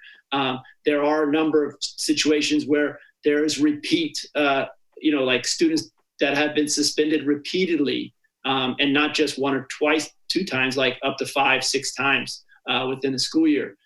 That's something that I know is not what schools or school administrators or support staffs or even teachers are striving for. So there needs to be, alternate ways of suspension, but also just general teaching practices and restorative practices that need to be kind of in place and consistent across, not only across school sites, but across district wide. So, and I know that there has been training in that area, but I don't have a total clear answer for you. That's a question that we need to keep posing to ourselves. Can I make some comments? Yeah, I also want to make some comments, so go ahead. Oh, go ahead. No, go ahead, Kai. So first, I want to just tell you guys that it's been an exhausting time being a Black person in America right now. And I just want to say that the root cause of this disproportionate suspension issue by race is racism. So we just need to put it out there that this is what the real problem is. And it's not that we're saying that people are intentionally racist, but we live in a society that creates kind of a bias of how students are treated. And so, like I said, it's been very exhausting, but we have to use the correct language. This is indicative of what racism is. This is what it does. So let's just put it out there. The only way that we can cure it is we have to have very candid discussions, and we have to make sure that our teachers and our administrators have the training to understand and recognize their biases and be able to make decisions that, don't harm students just based on how they look. We have to just call it what it is. And like I said, it's been very difficult and it's very frustrating. And, Black children, Hispanic children are seen as, out of control, or they want obedience from those children. And that's why they are more likely suspended. They're suspended at higher rates. And we have to talk about these things candidly. We cannot brush it over. That's part of the problem. We keep trying to dance around the word racism. So I just want to put that out there and let you know that, yes, it's very frustrating for me. And it is exhausting mentally to just deal with this over and over. So I just wanted to put it out there that please just call it what it is and say that we have to deal with it. Thanks, Kai. I just want to piggyback on that. Looking, I'm Native American. So when I look and see that they are 9% of the suspensions, but that I can probably count the number of Native Americans in our district on 2 sets of hands, is disturbing. I think we need to look at this for what it is. It's institutionalized racism. We keep trying to say, well, what's going on with that child? These numbers haven't changed much since I've been on the board, which is 6 years. And we've been focusing on it for 6 years. So if something just keeps coming back like this and getting worse for Native Americans in this instance, it's institutionalized racism. So that means changing the culture in our schools. That means training the teachers, the staff, the principals, the administration on what implicit bias is. I would challenge everybody who's listening to go and search for, or we can send it out. It was a bias test that was done by Harvard.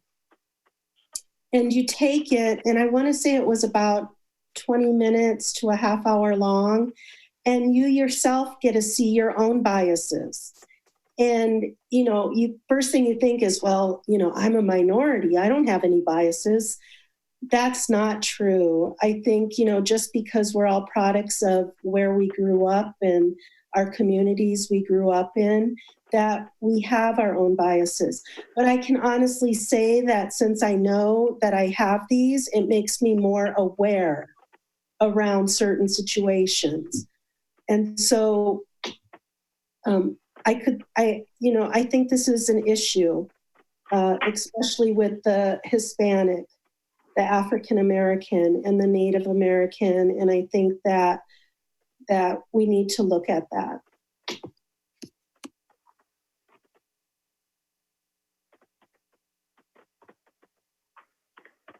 Any other comments? Questions?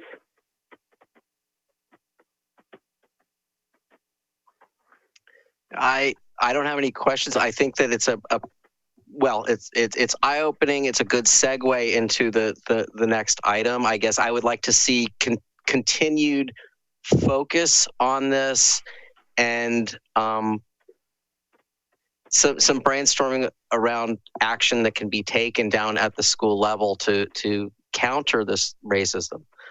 That's all. I mean, we all want to see these numbers become more proportionate, right?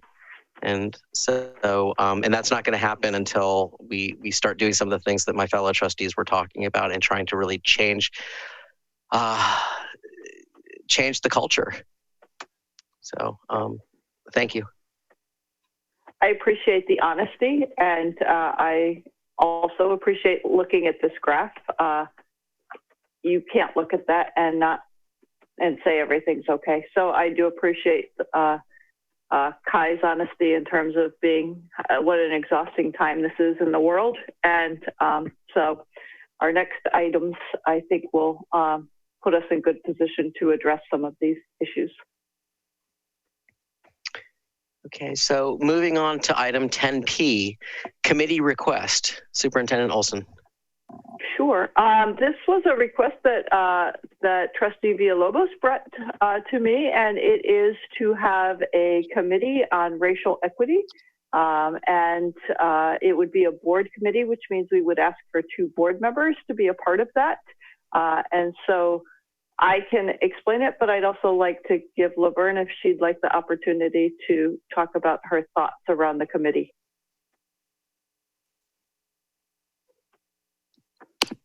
Sure. So this idea that we're seeing in front of us is not new, and it's happening across school districts everywhere, the United States, Oakland, San Francisco, they're all talking about other things like defunding the police. But my request is more on the deep look into where we need to change some of the culture when it comes to racism. And I know that's really hard, to accept, but the numbers are there. And so the committee would be made up of everybody, board members, administrators, classified LSEA students, parents. We would decide on how many that would be, but in a way where we're not leaving anybody out as well. And I pulled, the other thing is these committees have been happening way before this. I pulled one from Oregon, and just to read, it's the School Board Racial Equity Committee. And the committee's purpose is to engage in a permanent and ongoing board level examination of racial equity in our district. That was the first bullet point. The second one is to recommend board action on policies, practices, and procedures relating to racial equity. And then it goes on, to be a little bit more descriptive about the mission. Just to pick one of the missions, it would be to set common goals and visions for racial justice across our district. And then, things to decide on is, is this a voting committee or is it not? What kind of members would there be? For example, this one is a K through 12 school, and they have a vice principal, two teachers, 2 students, 3 parents, and African-American student liaison. I believe, I'm not sure how old they were, but, just thinking of our district, I was thinking that would have to be an older middle schooler to represent the African-American students. So those are just some ideas. And most of these committees are on a monthly basis. And then they keep minutes and they're agendized. So it would be an official committee to address racism in the school district.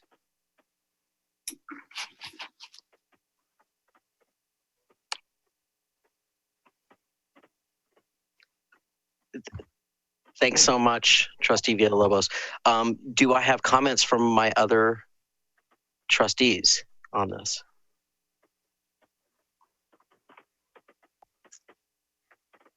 I'll go ahead and go. I think it sounds like a good idea. We might need to just iron out some of the details. I think that it's a really good idea. I appreciate that you brought it up, and then also that you've kind of looked into other examples. I think we should also look at other examples and try to figure out what best fits. But I really like the idea of a broad constituency joining in. So, to the extent that we can get community members involved, families, and of course students involved, and then of course we just have to have staff and teachers. And I just think that this could be a way forward to try to get at this issue that we have. I'd just like to say that, in the past 6 years that I've been here on the board, we do a lot of talking and we don't do a lot of action. And I'm not talking about everything, but I mean as board members, I don't want to group everybody else there. We have to read a lot. We have to know a lot. We have resolutions, but sometimes there's not follow-up unless there's money involved. And so this would be a committee, that's just based on people who want to try to change something instead of being accountable for $1.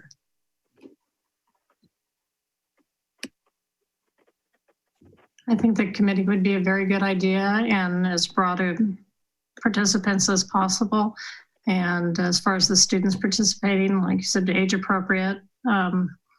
It's different with the high school students than with the K through 8, but it's very timely.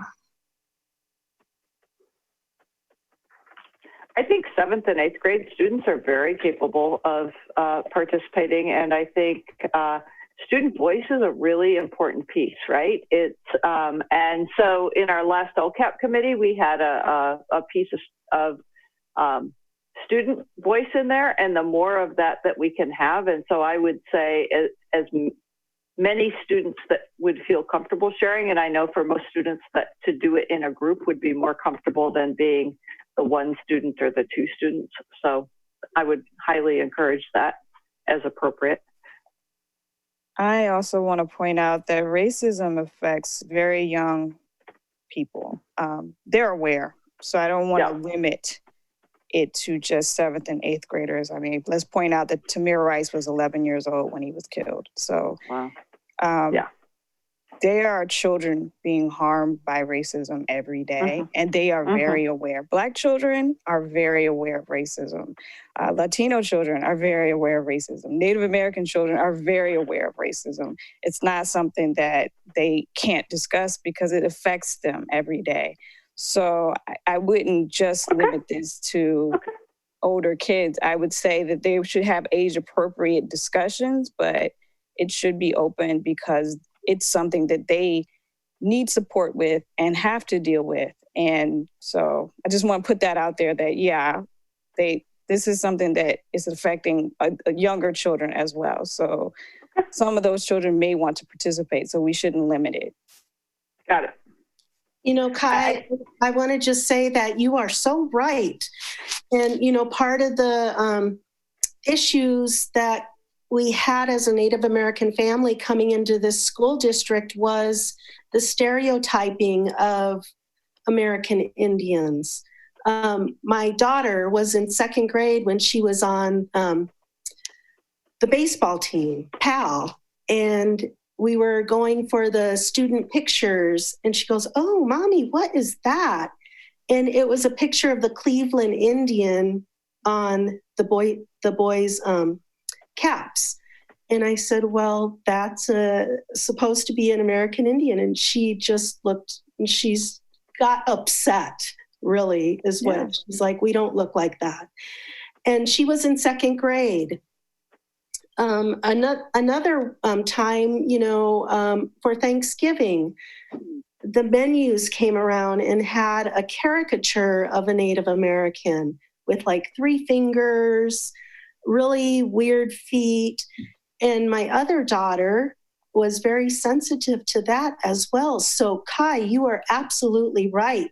And these are conversations that we have to have when they come home and they're upset at what they saw at school. Mm-hmm. And so, I think a parent might be able to establish if their child is able to handle some of the discussion that would take place. And if it's agendized, maybe we could even put, might be better for older kids. But I think that limiting the student voice, maybe isn't ideal. Sadly, parents of Black children are having discussions with their kids regularly now about dealing with police. Mm-hmm. So this is it's like I said, it's an exhausting time. I am mentally exhausted. I'm tired. So I think that this is a wonderful idea. I am not sure if everyone is prepared for the uncomfortable discussions that may come out of it. So I hope that we do have those uncomfortable discussions. I hope that this committee does move forward, but yeah, like I said, it's difficult. It's difficult and it's tiring. I'm exhausted.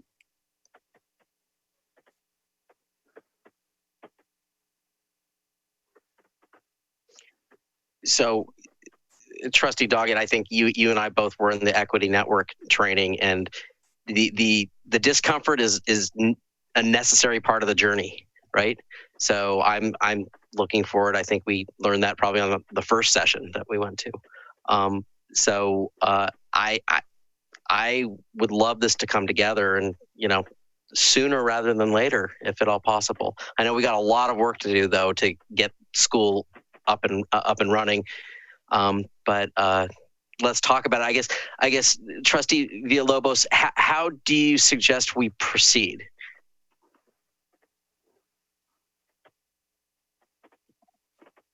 Well, I think we could follow the agenda, because I think one of the items coming up kind of explains a little more. But I think that planning, to have, I don't know what it would call, like an introduction or something like a first meeting to happen maybe in the end of August, give a little bit of time to take care of the reopening of schools, voting on that, then actually getting into school, but really focusing on doing it once the families are settled. But that doesn't mean that we can't start having a meeting and talking about it and still making them aware that there's a meeting going on.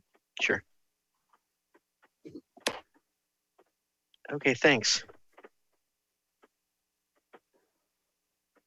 So we would take action to make this an official board committee. I see that. So if there are no more questions or comments, do I have a motion to approve the request for a committee on racial equity in our schools? I will make that motion. I'll second. All right. And Ms. Campos, will you please take roll vote? Yes. Trustee Bradall? Yes. Trustee Brocchini? Yes. Trustee Doggett? Yes. Trustee Levin? Yes. Trustee Villalobos?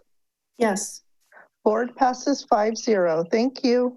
All right. Thank you so much. And Trustee Villalobos, thank you for bringing this to the board. Item 10Q, resolution number 2020-06-24-F, George Floyd and Black Lives Matter resolution and affirming commitment to stand together against institutional racism. Superintendent Olson. Before we go on, I believe that Chief Steitel was hoping to do public comment. Oh, okay.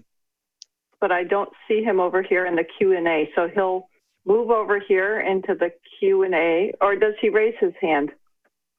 He raised his hand. Yeah, perfect. I didn't see his hand raised over there. And so there he is. Okay, and I'm going to allow him to talk. So this is the public comment, and Pacifica Police Chief Dan Steitel. Here you go. Oh, in his uniform. Okay, good evening, trustees and Superintendent Olson. First of all, thank you for the opportunity to speak with you this evening on this agenda item. First of all, I'd like to say, as your Chief of Police and on behalf of the members of the Pacifica Police Department, we do commend and stand with the Pacifica School District Board of Trustees in recognizing the problem of systemic racial bias in our society. We agree that bias, discrimination, and racism have no place in our community, including and especially in our institutions of learning. During this very difficult time in our country, we as individuals and collectively as professionals in our chosen careers realize that we almost look in the mirror and examine ourselves, our value systems, and our intentions as we seek to do our part to quell systemic bias and racism. As individuals and professionals, this self-reflection can often be very uncomfortable, but it is this discomfort as well as uncomfortable conversations on this critical issue that must be had.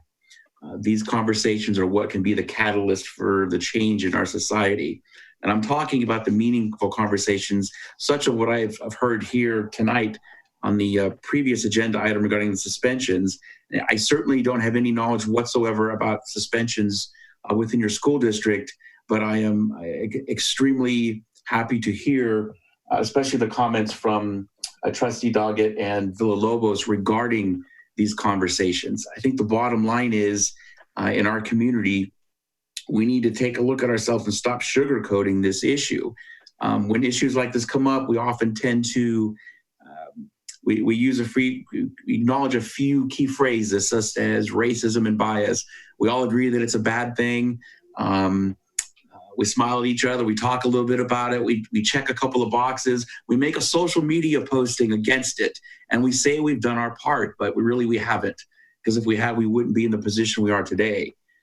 So I offer to you that as part of this community, as your partner in this community, your police department commits to working with you as we navigate the difficult times with the goal of emerging as a stronger and less divisive community where racism and bias is simply not tolerated at any level.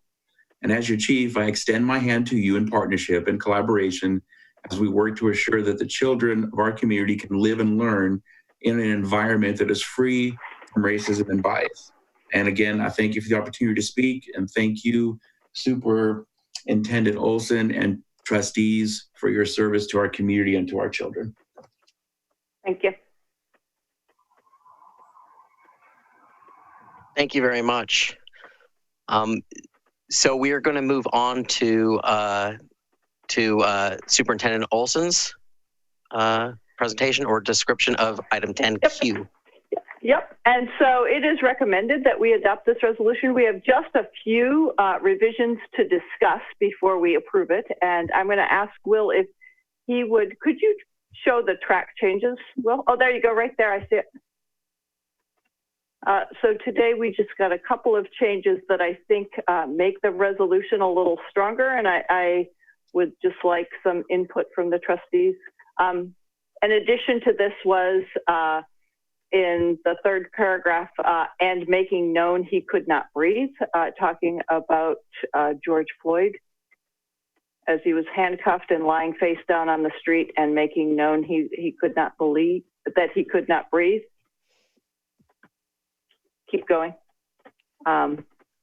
There's one more here, which is a recommendation that is, so one of the things came up around identifying groups and naming groups and having consistency. And I know that there's some thought behind some of that, and maybe this is worthy of discussion. But from the feedback I got, it was, we should be committed to supporting immigrant Black students as well. And this could be, this paragraph could be interpreted as only being concerned with Blacks who are Americans. And then in the second part of that is, and other students of color, and change to their families who have been traditionally marginalized. Just, I'll go through and then we can discuss them all. And so again, going back to naming groups, Latinos are listed above, but not minorities, and we should come up with a set list and be consistent throughout the resolution, making sure that we include families and improve. And then from the school district perspective is that a school board racial equity committee would also be focused on promote better outcomes for Black students. Keep going a little bit further down. Same note above with consistent identification of groups. And then I think this one is move this one up to one of the whereas statements by saying that the following is the second to last statement before the resolution. And then whereas the district acknowledges that the combination of bias, discrimination, and racism has manifested itself in inequitable treatment of these populations that have led to intolerable outcome for such as school to prison trajectories for students of color. So, would these adjustments be acceptable to the trustees? I'm fine with those adjustments. Yes. I like some of those adjustments. Okay. I'm fine with them. They look good to me. Okay. Perfect. So we will make those adjustments, but I believe that we can adopt this resolution with the understanding that we will make the resolutions that we put in the track changes.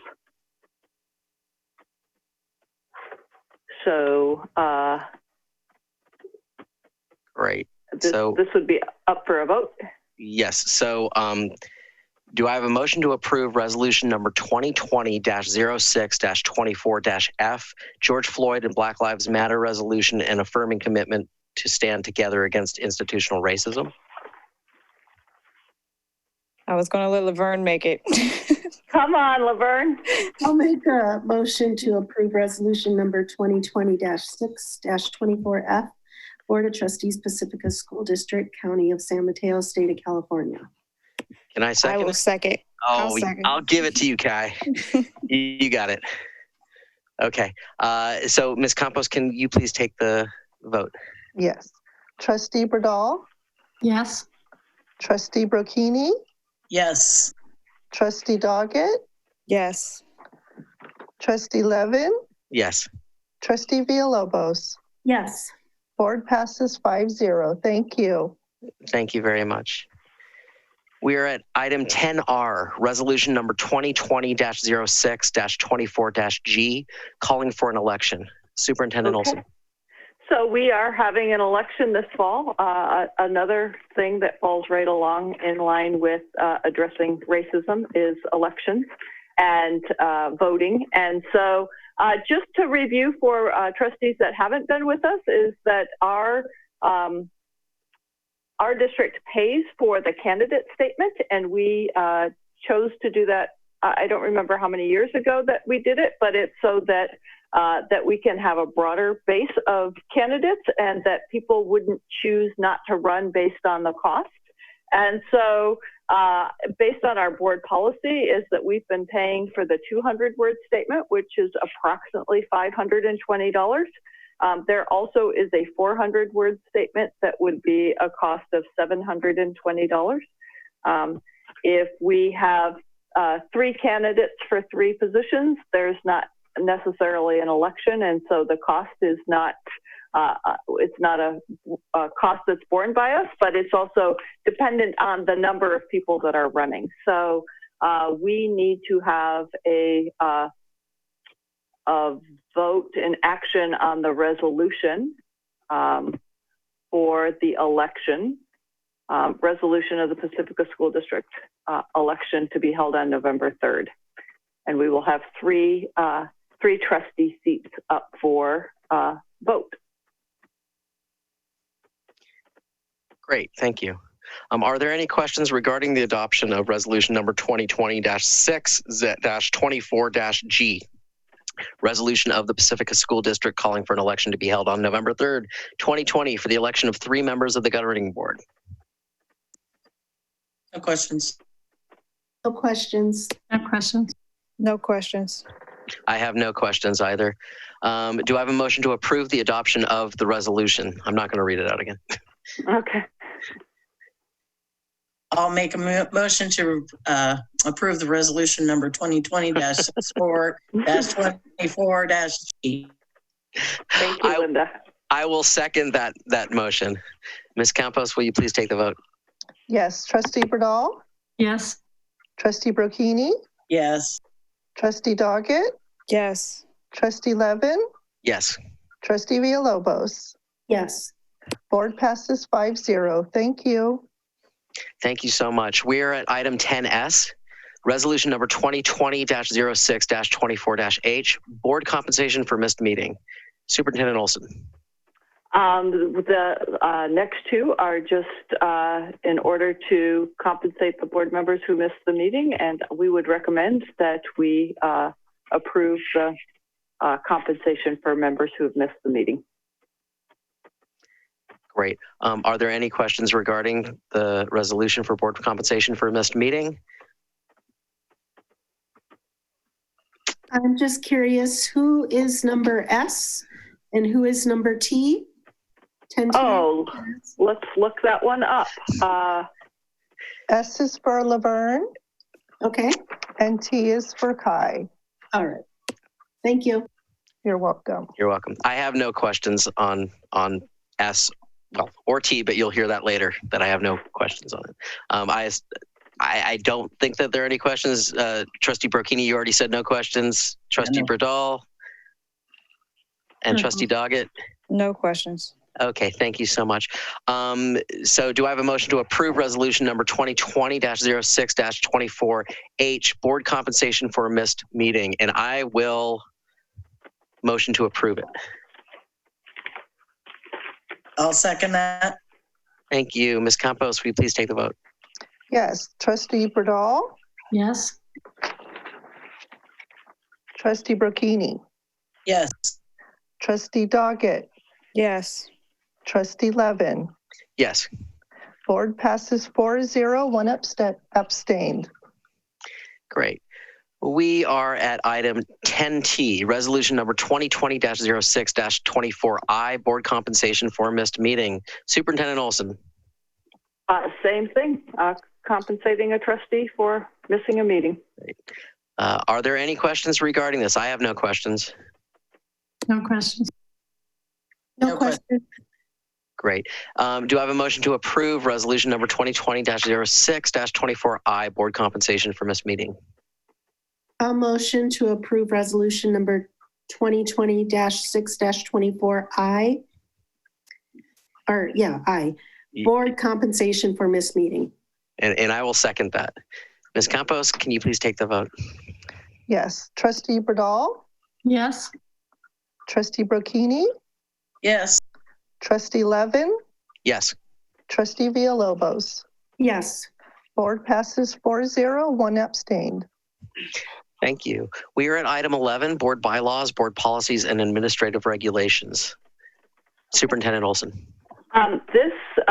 So typically we do our board policies at the end of the meeting. This is not a manual maintenance, but rather a request from a trustee regarding reviewing this policy. And so the request came in January and it was put on pause as we other things came up in coronavirus, but it was requested to be brought back, and it was reviewed in 2018 with some advice from county council around questioning around immigration enforcement.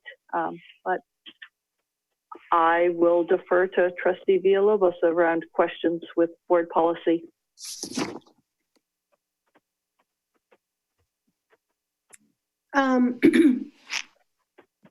I ask to review this almost every year along with the suspensions. I just have some questions. You know, the The last time before 2018 that we reviewed this, I think, was 2016. One of the issues was the police questioning the children on campus without calling their parents first. And so at that time, we couldn't get, cooperation to call the parents first when their student or child is being questioned by the police. And at that time, one of the reasons was that we may be impeding an investigation. But also what was revealed is that the kids are not read their Miranda rights. And I might need some clarification on this or reminders, but I think it's because they're not like apprehending at that time. I do need clarity on that. But I just felt that it was important for the parents or guardians to be notified if the principals are calling the police on the student. And one of the examples that I could sample I could give you is, what if your child is having a mentally ill breakdown? Are the police the appropriate professionals to address that? So in some of my research, it could be changing, but in some of my research, I found that some new policemen haven't had experience with children. And so I just want to put it out there that I think we need to look and see if the police are the best first responders to our kids if we're having challenges. I think we need to kind of have this coincide with implicit bias.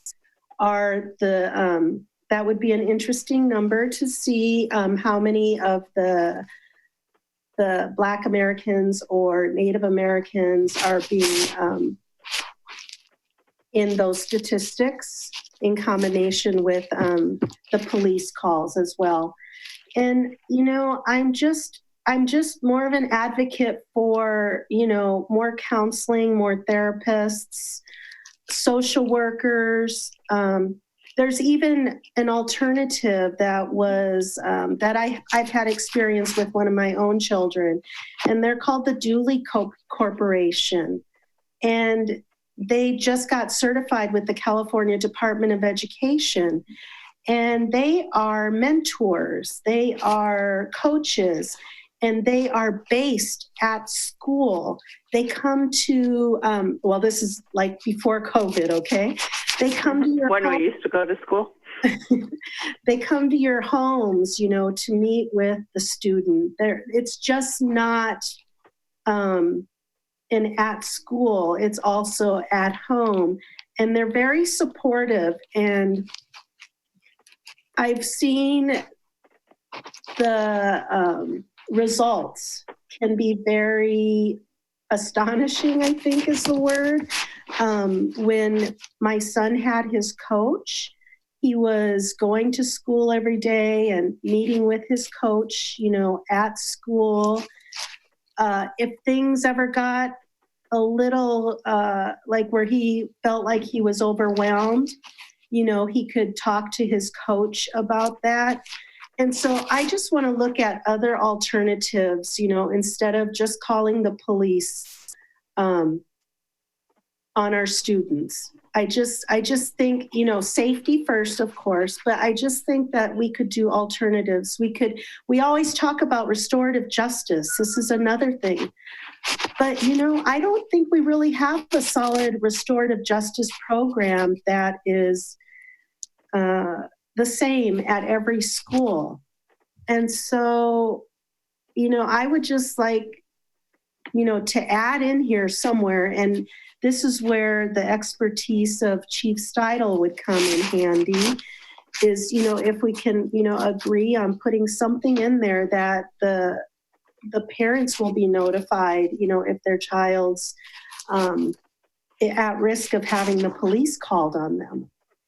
And, I know it's a controversial subject, but I think, it's another appropriate time.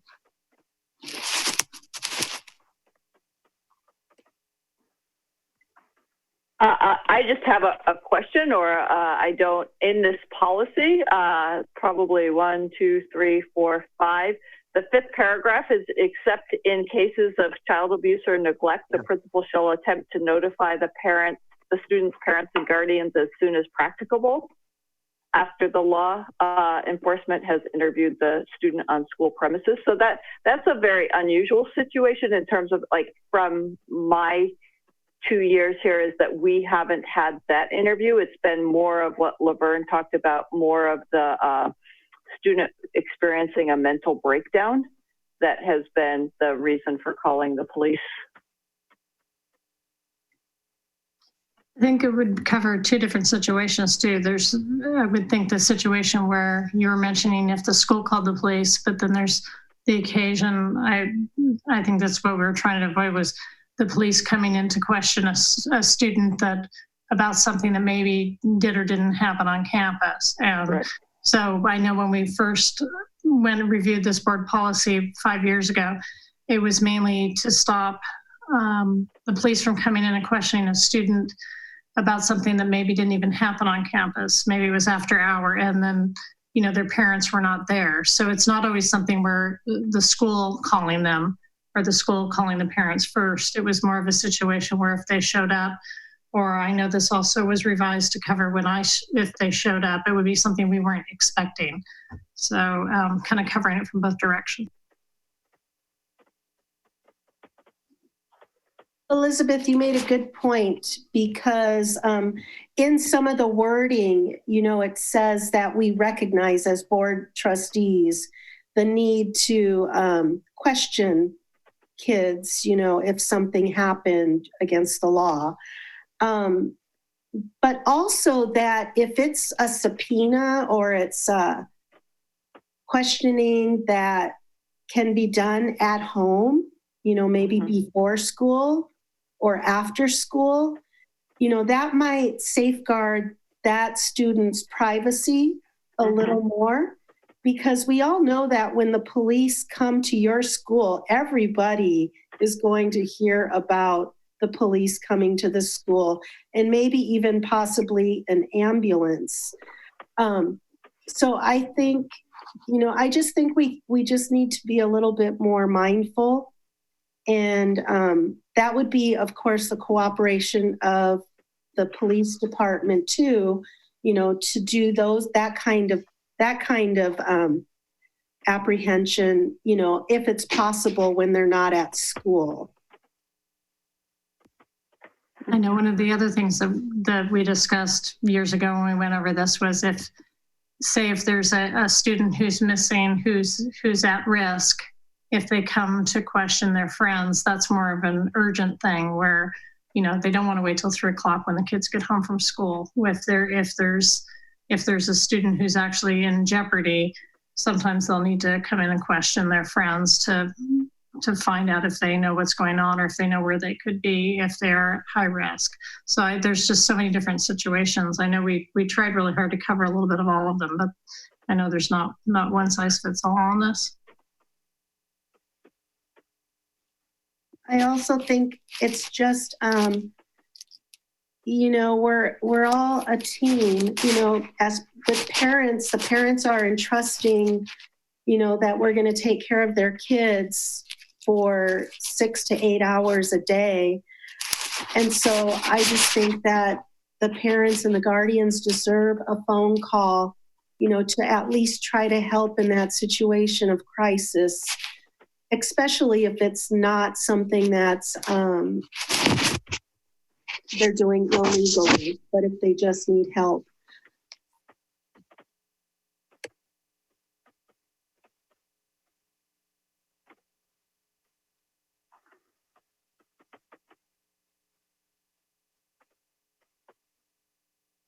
I don't know. I didn't have anything else to say, Jesse. Okay.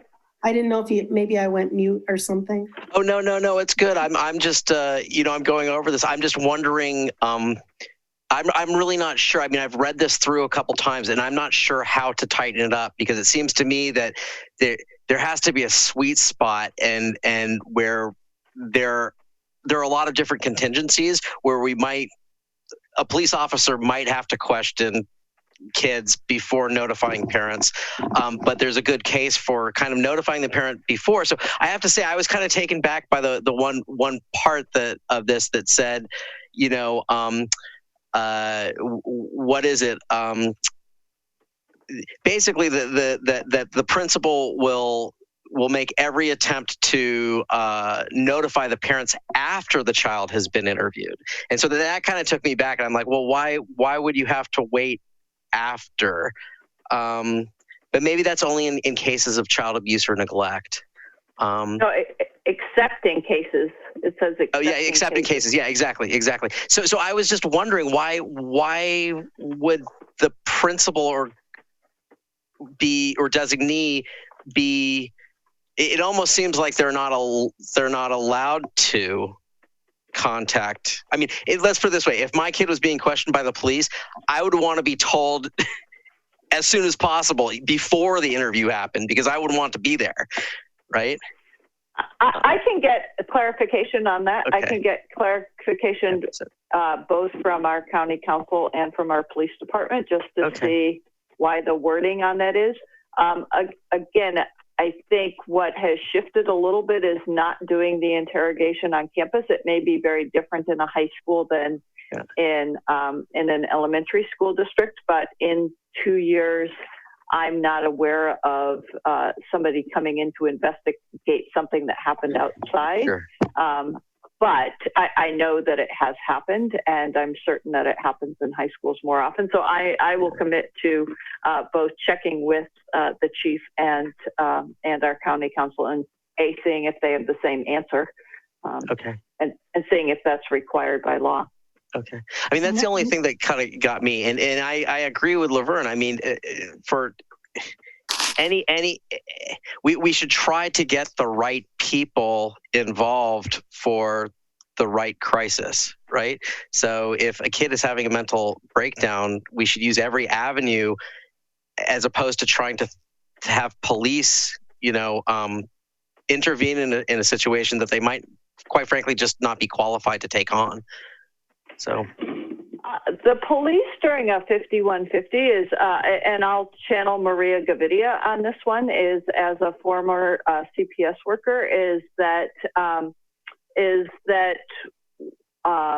when students require a mental health service like that, if they're in danger, we can't assume custody of them and take them someplace, and so they have to be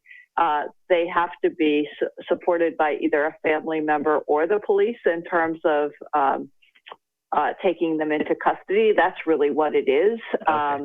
And so our board policy 5141.52 and the administrative regulation is where it kind of clearly spells out when a student is a suicide attempt or threat, when they're a threat to themselves, is that getting mental health services or medical treatment as soon as possible, notifying law enforcement or other emergency assistance if a suicidal act is being actively threatened, and then continuous adult supervision. And then the other piece that Laverne addressed was just privacy. As much as possible, if a student is melting down, get them to a place where they can do that privately, as opposed to being viewed by peers or others. I just want to also say that, there's, if you go to the ACLU website, there's many reports on the psyche that happens when a child is in communication with a police officer. And just to go a little further than that, I'll give you an example. Is when I was a foster mom who later became guardian of an African-American boy. And sadly, when Obama was in office, I'm like, oh, that's really great. We have first African American president. He's like, why? That was just him being so innocent. Like, well, why haven't we had an African American president before this? And what I had to do and what my husband had to do is we had to get guidance from one of our African American male friends on how do we talk to him about what happens when he encounters the police. Not if he encounters the police, but when he encounters the police. And so when you have somebody of color, their experiences with the police are very different than somebody who historically might not have as much contact with the police. And so I can say, coming from a Native American home, that it's definitely something that we teach early on. Even in my own personal experiences, my dad was beaten up by the police. He was a very big Indian, long braids. There was no mistaken that he was Native American. And my sister, was also beaten up by the police. And so when your history comes from something where you were treated differently, you kind of warn your kids about that. And so I just want our school district to be very mindful when they're calling the police that they are doing a little bit of a disservice to that child because they may feel really different after the experience that they have. And so, we have only kindergarten through 8th grade, so these are still children. And so when we're, picking up the phone, and if they're, a child of color, or they're special ed, or an English learner, or LGBTQ, we got to be really careful and remember that we should do everything we can to use other resources, our counselors or a principal. Maybe we need some more de-escalation training for our principals and, designees. I don't know. That's all I wanted to say. And then the last for the AR, it's the administrative regulation. It's mentioned in the first paragraph, training on the administrators in loco parentis role shall be provided to all district administrators annually and on an as-needed basis. So I just wanted to ask, have we been training our administrators on what the loco parentis role is? And do we do that annually? So we did it last year. Gina Beltramo, who is our county counsel, came out and we talked about investigations. We talked about the loco parentis role. We talked about, I'm sorry, I'm tired. I don't remember the third thing I was going to say in terms of what the training provided, but I can look at my notes in terms of how we provided that. But we did it relatively early in the fall when it was still early in the year and still hot. That's what I recall at this time. So we did do it last year. And I think one piece of news is that in terms of our school district, Christina Ierson plays a very large role. She is our ERMS coordinator, providing mental health services to our special ed students, but she also coordinates our counselors and has played a role in that. And she is going to have a baby next fall. And so we're looking at how to replace her temporarily, because while it's not a lot of students, for those students who do have a breakdown or need really extreme services, it's very important. And so we're looking at how to replace her temporarily while she's on parental leave. And one of the things that we talked about that would be absolutely urgent was making sure that we trained making sure that the principal's got a refresher on mental health first aid and how to, the steps to proceed when they have a concern about a student's mental health, especially in terms of being suicidal or at risk. So that's what we will do in this next fall as we open up school. Okay, thank you. That answers my question. And then if you go down just a little bit, it says questioning on school grounds. It reads, the school shall keep a record of any interviews of students by law and officers on school premises. And then it goes on about the records. But I'm just wondering if we can add something in there where the records need to also be copied to the district office to use, so that you're aware of every time that any interview is happening with one of the kids. It's, you know, it's very clear in saying it's at the school site, but I think since we're in a different time right now, if the school site can be accountable to give you a copy of the report when it happens, I think that would be helpful. And then I just have the, you know, the privacy issue and calling the parents, and also Miranda rights. Like if the student is being questioned, are they being told that you don't have to tell me? And are we going to use that against them? And then also, you did jar my memory a little bit. There is a reason. I can't tell you exactly why it's that the principal will call the parents after. There is a reason, because we did discuss, you know, why can't the parents, you know, why can't somebody call and just let them know, right? Okay, thanks. It'll be interesting to figure out what that is. Thanks for remembering that. Just one more piece on that, because I've been asking around about how districts keep track of that data. So principals typically keep all of that in their notes, and it's locally. And so I think looking at how to centralize that, I reached out to our county council, and she said that that districts actually are struggling with where to keep that data and how to keep that.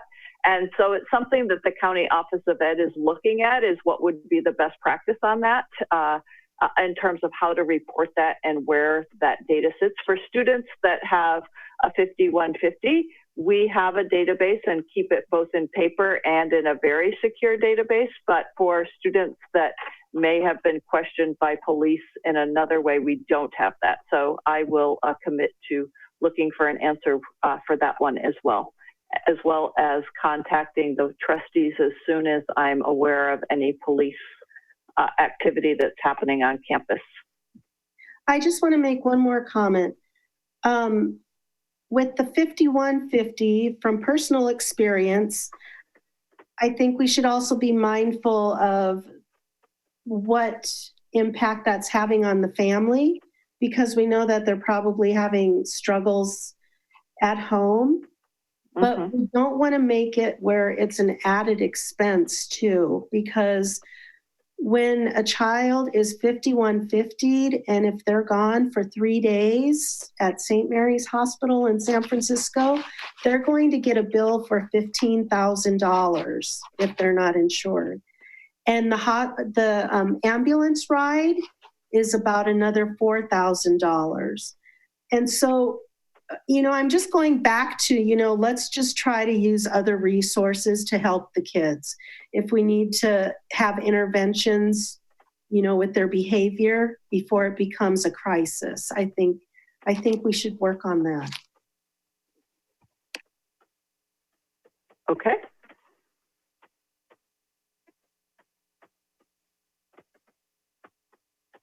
Are there any more comments on this item?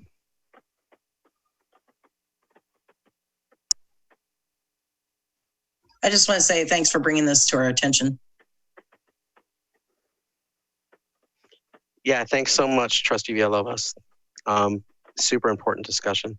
We are at item 12, future agenda items.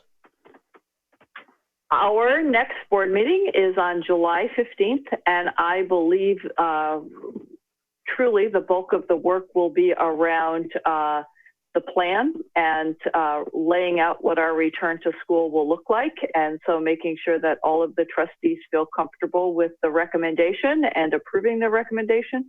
We also will have policy updates that may be affected by the reopening of school.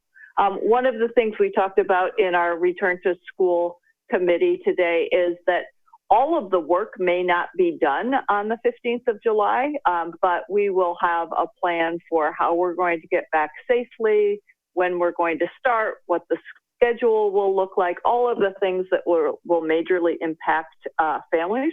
There may be still some additional work in terms of what the distance learning plan will look like, the specifics around standards that may be focused on. One of the things that we want to do when we return to school is recognize that students missed approximately 3 months worth of instruction.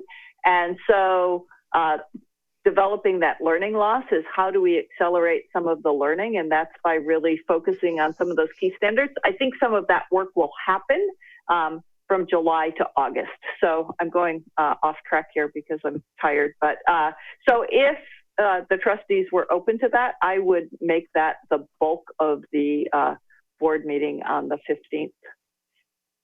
Would that be acceptable? For me, my opinion, yes. Yes. Yes. Yes. Okay, thank you. I think it may still end up being a long meeting, but I think that needs to be our focus in the next month. And then can I just add, not for this meeting because it's the reopening of school, but maybe the next regular meeting, that we have follow-up with some of the changes or an update, you know, if we had time to talk to Chief Steidel or the county council on some of the changes we want to do or some of the questions that trustees had. Yep, that makes perfect sense.